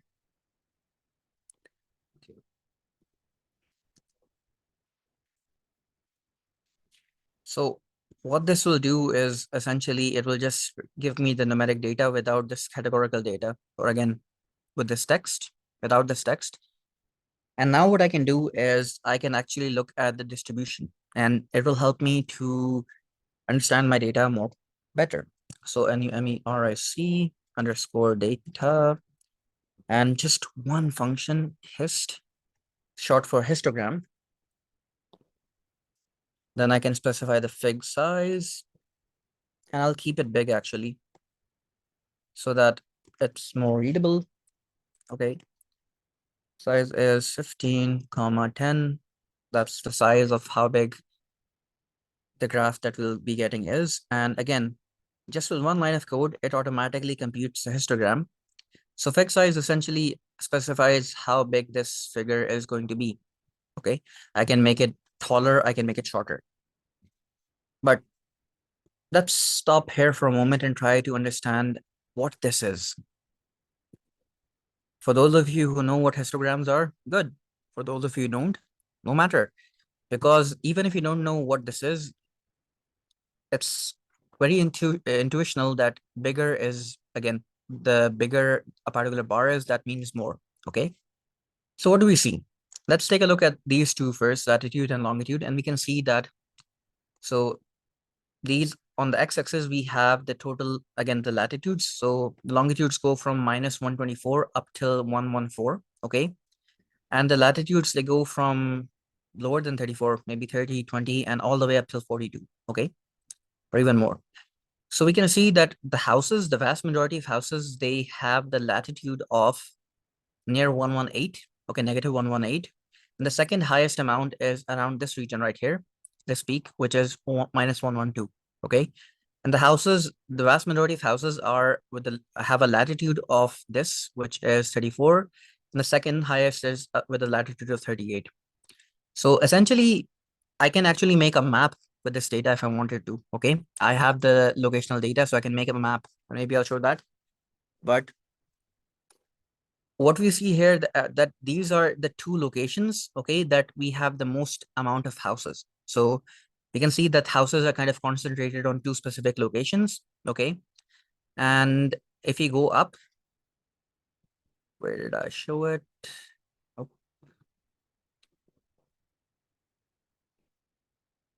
okay. Mm, So sorry. Anyway, actually, it might be, we can actually see it here.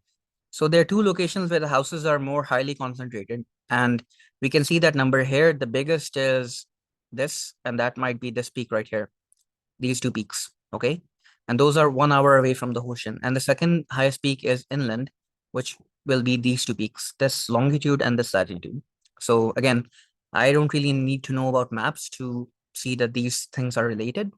Okay, and the rest is overall average. And we can see that because near the ocean and near the bay are almost the same. And a very small amount is near an island. And I don't even think it shows up here in this distribution. We might need to change how this distribution is displayed to even visualize how those island houses. Now, let's take a look at the median housing age. So again, you don't really need to know what histograms are. It's very intuitive. We can just see that, again, a bigger value, the bigger it is. So we can see most, the biggest number of houses, they have, again, an age of around 35. Okay. But overall, it's around, it's between 10, between 12 years, and most of the houses are between 12 and 40 years, with a huge number of houses being more than 35 years. Okay. And a very small number of houses, we can see the smallest are very new. So a very small number of houses are like a year old or maybe more. So why do you think this is?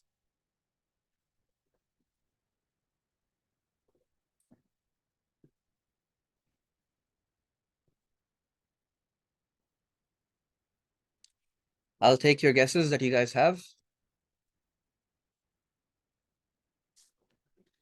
So that's correct. They are not really building new houses that often. Typically in the US, people either rent that house, either rent, or if they're going to buy, they typically buy houses as they are. Building a new house can become a very expensive endeavor. So most people, they do not really build new houses unless they plan to live there for a very long time. So building is not really that common. And in an area like California, where the wages are very, very high, building a house will also be extremely expensive because you not only have to demolish your old house, okay, which might be good enough, but so you can actually build a new house. You just need to tear the old one up. There are people who do that.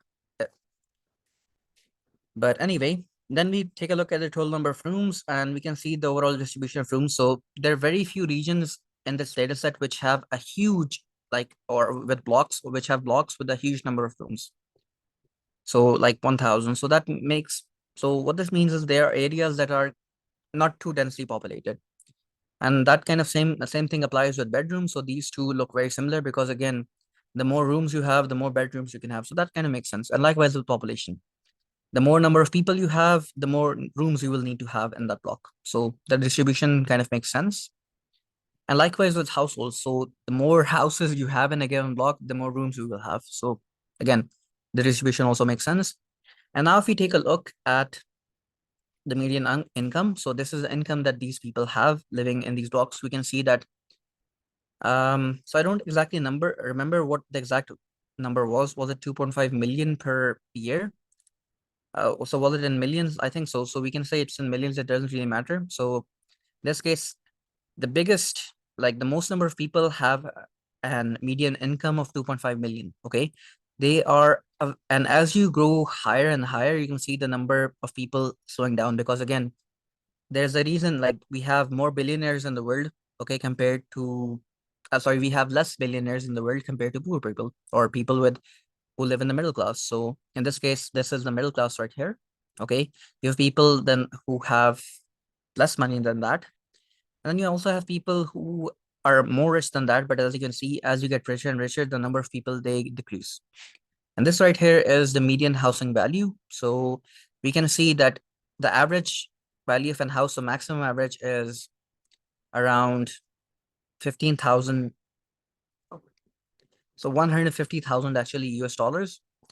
And as you go higher and higher, you can see that the number of houses, they tend to decrease because again, no one will kind of buy your houses if they're too expensive. If you build, let's say if you build a mansion in, let's say California with 60 houses, with 60 rooms, okay, let's say 4 swimming pools. I'm guessing there's a billionaire, Jeff Bezos could definitely do that, but no one would want to buy that house because it's too expensive. So it kind of makes sense that the number of houses, again, as the price increases, the number of houses they decrease because you'll have fewer and fewer mansions as compared to regular houses. So this kind of gives us an idea about the distribution of our data. So that's good. So let's move on from here. The next thing we want to see is we want to see the correlation. Now, the thing in machine learning is machine learning might look like magic, but it's not magic. What machine learning does is it finds patterns in your data. So things are always related to each other. And I already told you 3 or 4 different things are related to each other just by looking here. That rooms will be related to bedrooms. The more rooms you will have, the more bedrooms you'll have. And again, the more rooms you'll have in a given block, the population will also be more. Okay. And likewise, in a given block, the more rooms you'll also have more households in that area. So these 4 are very highly linked to each other. So the value of one affects the other. So there's a very directly proportional relationship here. But we can visualize it. I don't really need to estimate here. We can visualize it mathematically. And while I say mathematically, I don't mean that you will have to do any maths. Like everything is done here for us in the library. So let me just come here, PLT, and this is where we do a visualization. PLT.figure, fig size is equals to 15 comma 8. That's the size of the figure. Okay. And then SNS.heatmap. This is the thing that actually gives me the correlation underscore data.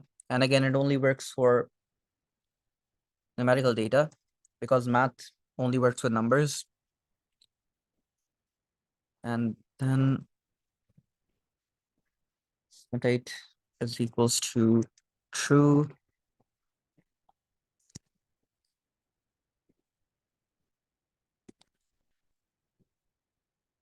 And that is equals to 0.9. Okay. 70 as opposed to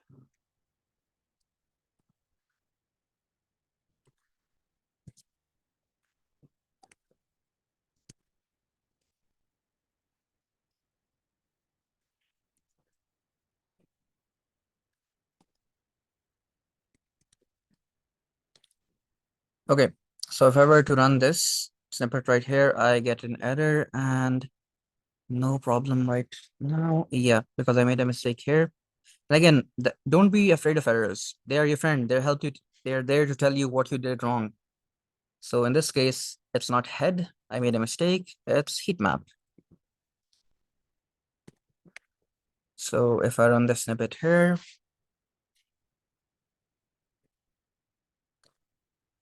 and without me actually having to do mathematics behind the scenes, it calculated the correlation. And again, these numbers, what they mean is how strongly something is linked to something else. Okay. So big positive number means that they are directly proportional. If you increase one, the other will increase. And the other thing is, again, the more negative a number is, it means that they are inversely proportional. And what that means is that if you increase one, the other one decreases. Okay. So a correlation of zero means that things are completely unrelated to each other. So we can quickly see what things are related to what. And like I mentioned before, just by looking here, okay, since I have been working with data like this for a long time, I can catch patterns like this. But in case you guys didn't, if you just draw a heat map, you can just tell by the color, okay, that these four things are very highly linked to each other. And like they are very close to one. Okay. And the latitude and the longitude are also very highly linked to each other. Okay. The relationship between both of them is 0.92 if you look at the correlation. And that makes sense because this is map data. So they're both linked. Latitude is nothing without longitude, and longitude is obviously nothing without latitude. So in this case, our variable of interest is kind of the median income because this is kind of what we want to predict. So you can see a lot of the data. So a lot of the data points are not that strongly correlated. They do not really affect the price of the house. So the total number of room does. It's very strongly correlated with 20% correlation. Okay. The age kind of negatively correlates to the house. So the less the age, the more the house is going to be valued. So that makes sense. But the strongest correlation is with the median income because no one will buy the house if you make it too expensive for people to buy. And obviously, you cannot really make it too cheap either to sell. If you want to sell a house, you want to sell it at a value that people can pay. Okay, just because I have a house, okay, and it's just let's say four rooms. It's a small house, not that well, and it's not in a very good area. I can't really charge $2 million for it. I can if I wanted to, but no one will buy it. So the biggest factor, the biggest linkage between us predicting the median, again, the median value of the house is the median income or the average income of the person. So, Zohar, I hope I'm pronouncing your name correctly. Zohair. So, so the purpose of again today's session is not just to go over the code in depth. Okay, I'll explain what the sign does, but it's more to kind of show you the process of solving a problem, how that works. Yeah, exactly, Brian. So just to briefly explain what's going on here, I'm defining the size of the figure, okay? Then we have the heat map function, which essentially makes this and calculates stuff. So we have the numeric correlation. So this function essentially calculates these numbers that we see here, okay? The annotation is equal to true means that we want to display the numbers and we want to see this bar here as well. The line width means, again, the width between each cell. So that's line width. Then the format I want to use. So how many significant figures do I want? So in this case, I want two significant figures. Okay. And this is the color profile I want to use. So I can have it, again, I can customize it in any way that I want. So we briefly saw that which variables are closely related to which other variables, which is very important when we are modeling a machine learning problem. And next up, I'm going to briefly show you, okay, essentially, we're going to look at the latitude and longitude. And essentially, like I mentioned before, it's nothing but a map. So PLT dot figure. And again, the entire purpose of visualizations is to help us to kind of understand the data and to explain it to others as well. Fig size. And again, in this case, I will leave the fig size by 12 by 7. Okay. And in this case, I'm going to make a scatter plot, SNS.SEATTER plot. X is equals to latitude, X is equals to latitude, Y is equals to longitude, data is equals to numeric underscore data. The color that I want, or hue, I want it to be determined by the value of the house. So score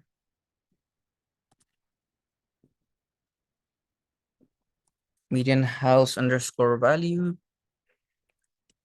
and the palette or the color is equals to cool warm.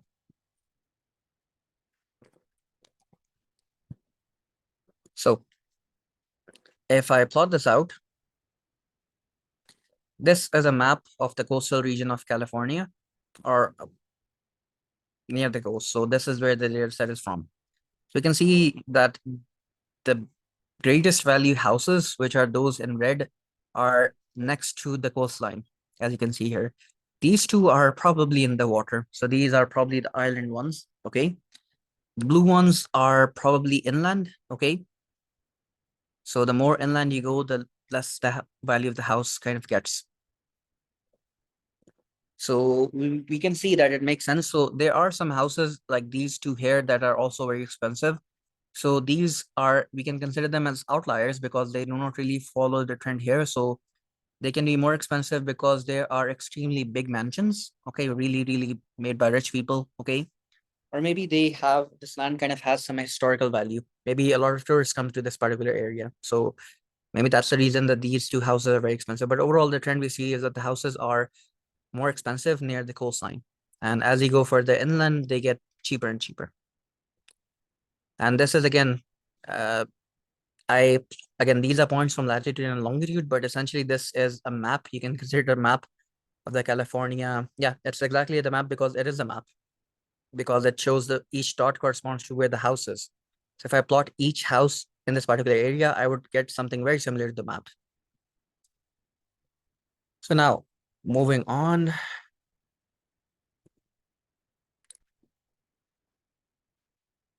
to the next part. So we saw that how this distribution kind of worked. Now, what I'm interested in is that I initially saw that the highest correlation between what we want to predict, which is median house value, the highest correlation is with the median income. So I just want to look at these two variables separately. I want to look at the relationship between them. Okay. So a good plot for that is a scatter plot. So I'm just going to make the plot numeric underscore data dot plot. And again, why do we do this? Why do we look for things? We go so much depth into our data because again, you are a detective when it comes to data. That's your job as a data scientist. And as a data scientist, like you need to find patterns, and you can only do that by becoming a detective. So median income and the median house value.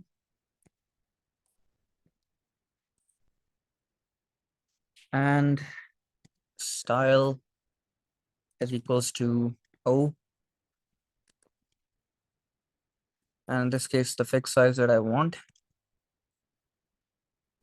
And you guys don't really have to worry if you don't really get the code, because again, that's not the purpose of today's class. It's just to show you how we can solve a problem using Python, okay? Or how data science scientists typically tackle these problems. So if you go into numeric data, okay, I'll give it a title, plt.title,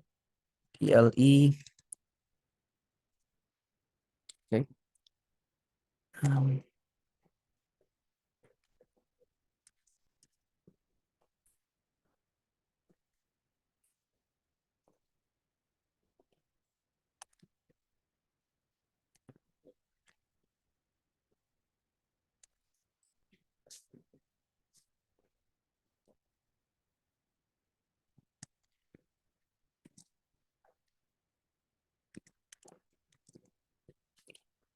okay. X label on plt.y, L. So if you were ever wondering if you've ever opened a textbook and you've seen graphs in them, how those graphs are made, this is how.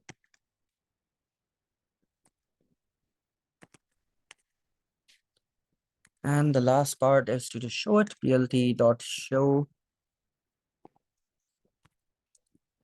And assuming I did not really make a mistake,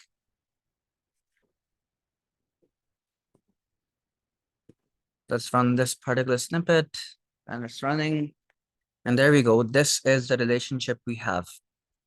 So what we saw here is that there's a very strong positive correlation, meaning when one thing increases, the other will also increase. And that's kind of what we see here. So if I were to draw a line, I can see this line increasing.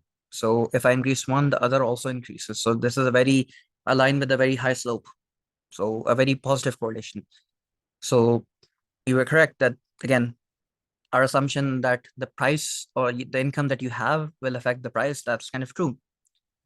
And the other thing you might notice is that there are very sharp barriers. So here, here, and here. So we can consider them as ceilings we can think of them as essentially ceilings. So there are three different groups of people. Again, one which hit the ceiling here. Again, we can especially see the boundary. So these are people with a particular tax bracket of around 25, 28. Then there's one at 35 and one at 45. So there are actually multiple ceilings. So on also here. And if we look at the income of people, is there a very strong correlation if you take a look at the income? So coming here, and if we take a look at the median income, so at 2.5 million, there is, again, this, then we have something at probably 4.5 here, 4.5, 3.5. And similarly, we have something at 3 and 3.5.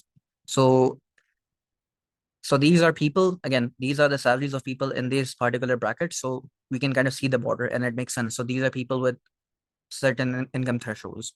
And we can see that border very clearly here. And the highest number is like the highest cap of houses is at 50,000. Oh, sorry, at 500,000 US dollars. So that was some useful insight for us. So what else is there for us to do? Well, we kind of understand our data. So before you can tackle any problem, you need to understand your data. We've done that. Now we can go to train our model, okay? We have an understanding and we can train our model. But before we do that, we need to remember that there were some problems in our data. So clean the data. So we need to clean the data. And in this case, underscore data. And I'm going to clean it. So in this case, the only thing that was missing was the total bedrooms. Okay, if you remember. So what I can do is there are many ways to fill it up. So is null dot sum.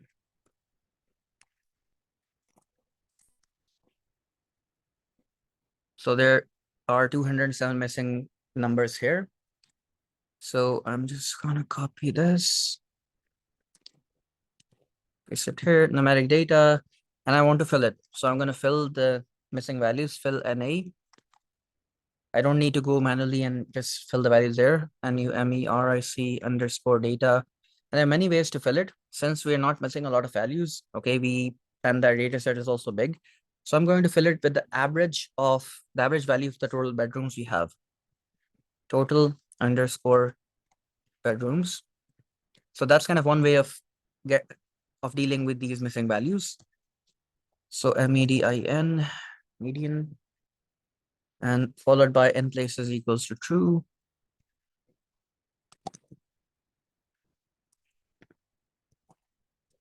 Is equals to true. And this will essentially fill the missing data with the average. And now if I want to check if the data has indeed been filled, if I can check if there are any missing values for the total bedrooms, and we can see that there are 0 missing values. So that was kind of the only problem we had with this data. Okay. Now we can get to training the model.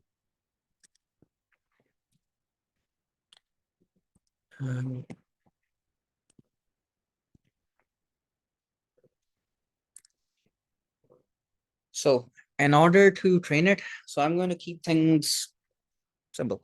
So I'm going to train 2 models, not 1, but 2. And you'll see how easy it is to train a machine learning model. It's not really that difficult. It's not really that, it's not something that you should be afraid of. So I need to import the necessary libraries, okay, to do that. So yes, Chris Pine, you mentioned a very good point that there are also typically outliers in the data set. And those typically do tend to affect results. And that's something I'll get into. I was planning to address it. So in the short session, there's honestly a lot you can do. Okay, but in the short session, we're keeping things as brief and trying to tackle the problem in the given time frame. But this was something I was planning to get into in the end. So I'm going to import again particular libraries which are used for machine learning. So which one of them, the most popular one is sklearn, scikit-learn dot model underscore selection import train test split. And then from sklearn dot linear underscore model import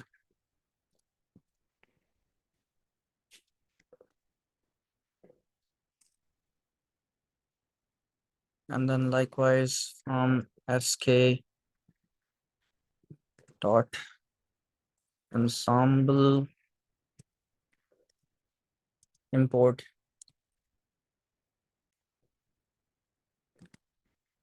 forest classifier. So there are 2 models that we'll be using. So there are 2, you're correct. You're correct about that. That's typically done before the data preparation. But in this case, because of the time restriction, there's a lot you can do with the data, like I mentioned. But we're keeping things simple. And I'm going to show the effects towards the end on the results that how we can improve them further. So right here, like we have the test train split, which essentially splits our data into testing and training parts. So what is that? So just a brief explanation. Like when you prepared for tests in school, your teacher would give you some practice problems and then you will have a test. The test would be similar to something you practiced, but again, there'll be questions that you have not really seen before. So the test train split does the same thing. It splits our data into testing and training parts, okay, in a proper way. So this is something we had to, like, that data scientist did so often that we decided to write a function for it. Then you have the model. The first model we're using is linear regression, and the second one is random forest classifier. I'm going to show you both of them. So there we go. So now I need to actually split my data set into testing and training splits. So X is equals to, numeric underscore data dot drop and medium, median house underscore value, and axis is equals to 1. So what am I doing here? So just for your explanation, typically I need to first split my data set into the data and what I am trying to predict. So in this case, Tabiwa, so I'm not really using the simple imputer. There are many ways to fill the missing values, like I mentioned before. Since we're not really missing a lot of values, like I can delete them if I wanted to, because I have a lot of data. Like a very minuscule amount is missing. So I just fill them with the average value here, with the median value. So there are multiple ways you can handle a problem like this. And similarly for y is just a label. So RSC, numeric underscore data, and I will fill this with median house value. Okay. So we have successfully split our data set into the labels and the data, which is needed. The next thing we can do is we can split our data using the test train split. So what I'm going to do is x underscore train, x underscore test, y underscore train, y underscore test, and train underscore test, followed by split.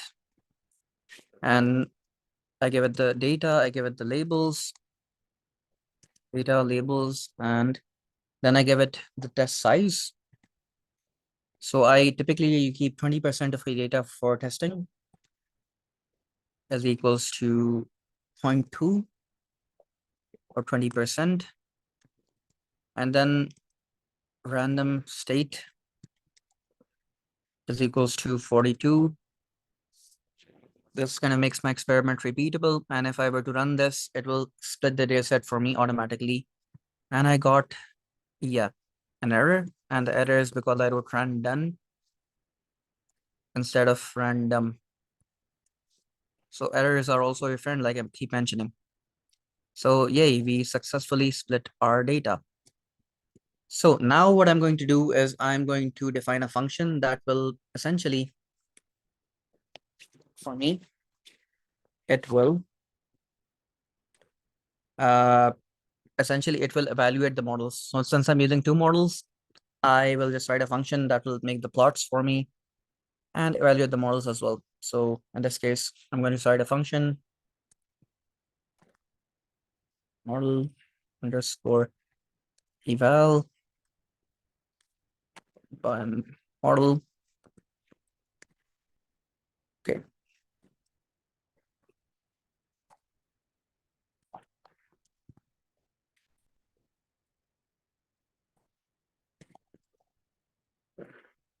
Evaluating under.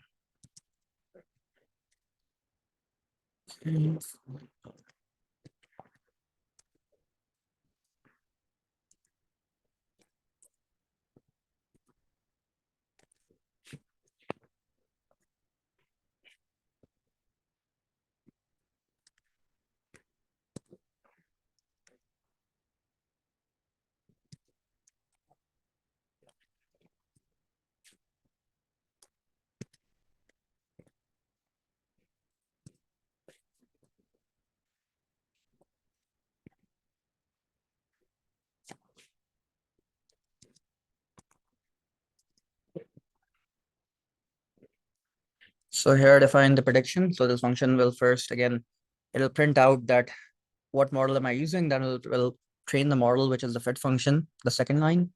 Then we have the third line in which I'm going to test it, okay? And I need to give it the test data, okay? Then I will also print out different stuff. So in case the prediction, it gives me the answer. So not really something you guys need to be concerned about right now.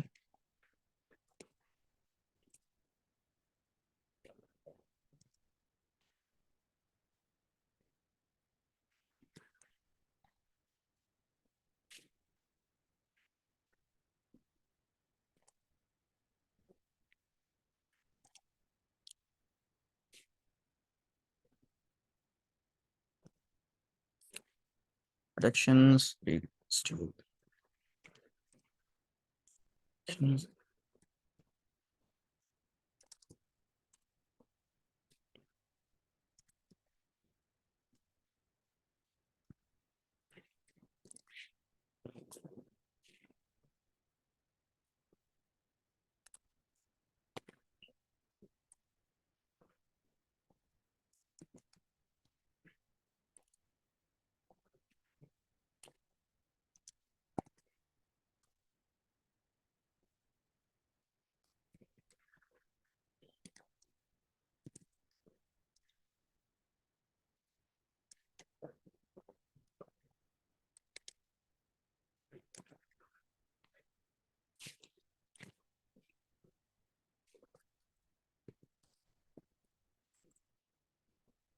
Okay, actual T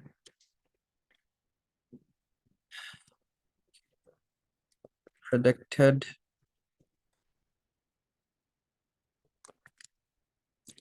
and you have the prediction.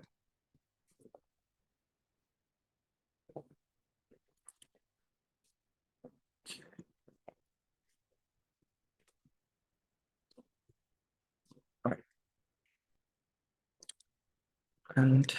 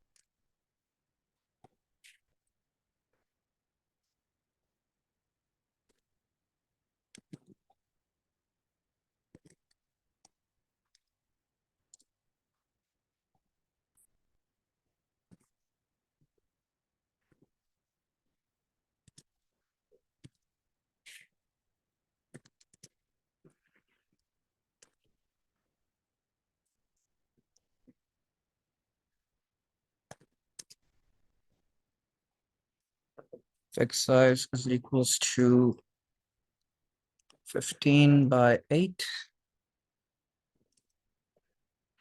LT dot show. Almost done. And then the final thing is score is equals to dot score x underscore test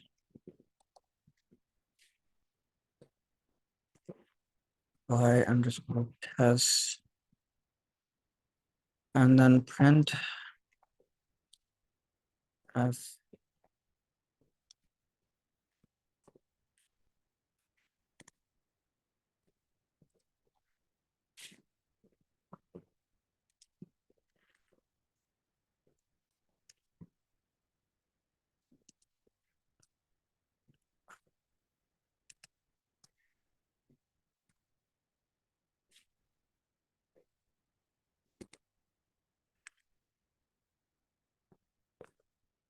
Okay, we are done with the function and this function, and actually we got one small error.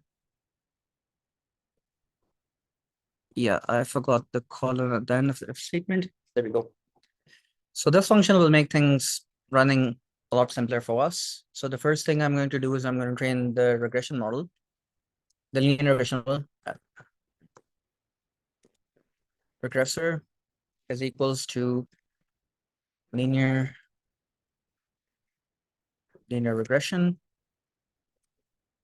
and then random forest.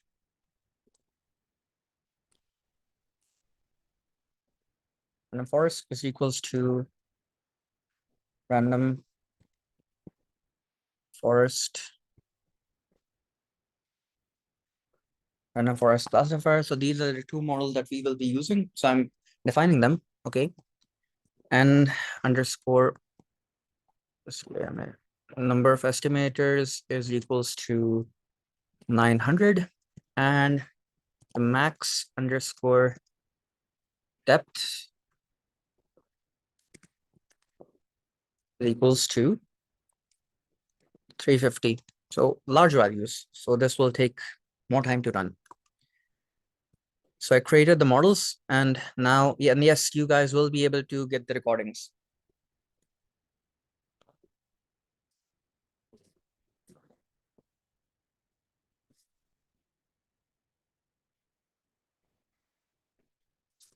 So let's give it a few seconds to run.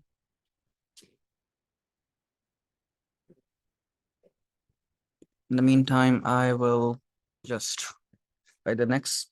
So since I've already written the function model underscore eval, and all this function takes in is the model. Okay, and similarly, I can copy this.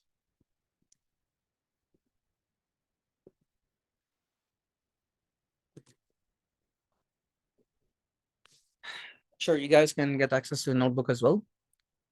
The second model we want to test out is random forest. So I'll just copy this and replace it here.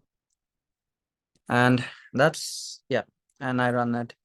I just need to finish it, wait for it to finish running. And actually, why is it taking so long? Actually, yeah, it's run. So I got an error and regressor is not defined. Yeah, I made a mistake with the name REGRESSOR. So if I run this again now, and actually it will still give me an error because I changed the name. And now if I run this, we have successfully trained the first model. It trained quite quickly. And these are kind of the results that you see. There are multiple ways to visualize the results. So these are for specific groups. These are, again, I took specific samples. So I'm showing just 30 results here. So for randomly, I selected 30 results. I'm showing them to you here. So you can see that our predictive model, so the orange one is predicted. So for the linear regression model, we can see that we did quite a good job. It's not perfect, okay? It misses some values, but it does quite a good job. It's near to the value. It does make some mistakes. For example, here for this particular sample, you can see that here it made a huge mistake. And here it's also the results are not really close to each other, but it's still a good model, okay? And we did this without tuning any hyperparameters or doing a lot of other stuff, okay? So let's try the second model and see how well it performs. And the accuracy is 61%.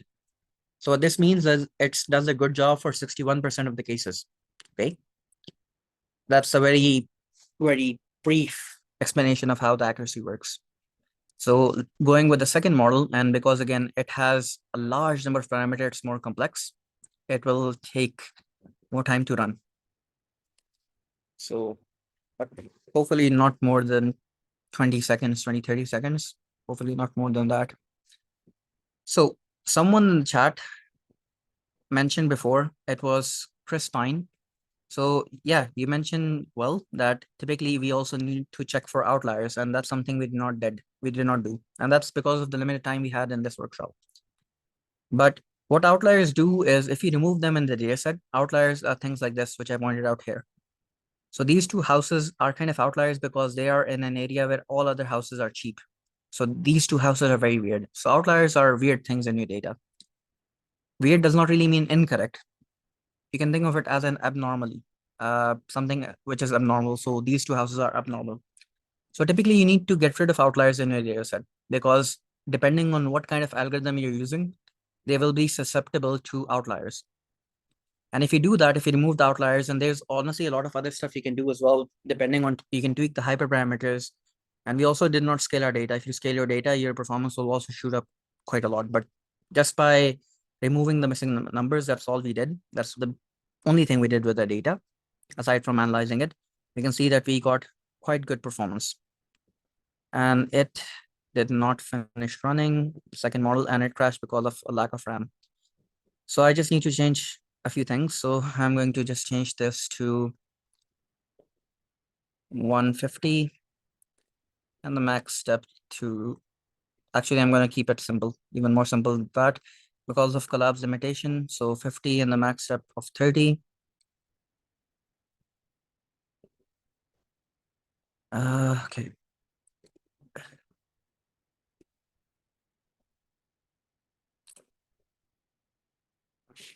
The second model did not run because it ran out of RAM.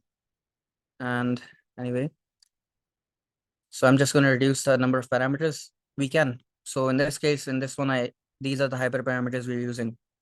Initially, I set the hyperparameters to quite a big value. So in this case, I'm going to, and actually runtime, run all. I need to run everything because it crashed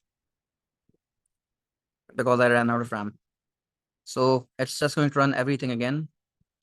And it's running everything, done. And now we're here at this model. And hopefully, because I reduced the hyperparameters in this case for random forest, I'm specifying the maximum depth of the decision trees and the number of decision trees I'm using for the random forest algorithm.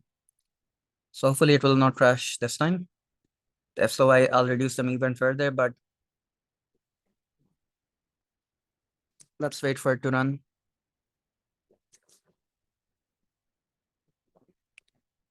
And I can actually see the RAM utilization here. You can see it spiked up.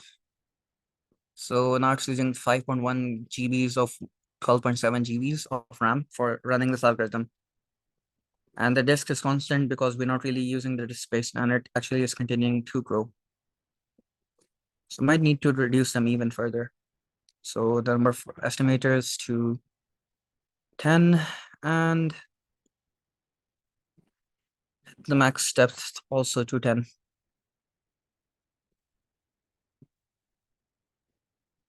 So yeah, that happens.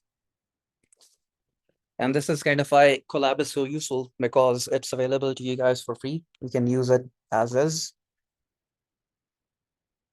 And it went up to 8.8 GBs and I think it will crash again. So I'm just going to I'm just going to run it again because it will probably crash and it's taking, again, the more complex you make your model, the more time it will take to run. And actually, drop session.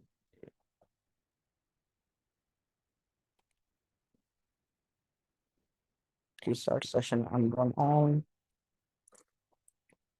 Okay, I stopped everything and you can see it was going to crash. It went all the way to 12.1 GBs. So I restarted everything. And now I'm starting with a very much more simpler model for random forest. And it should run without any problem, hopefully. Yep, there we have the linear regressor model. And here we have the random forest model.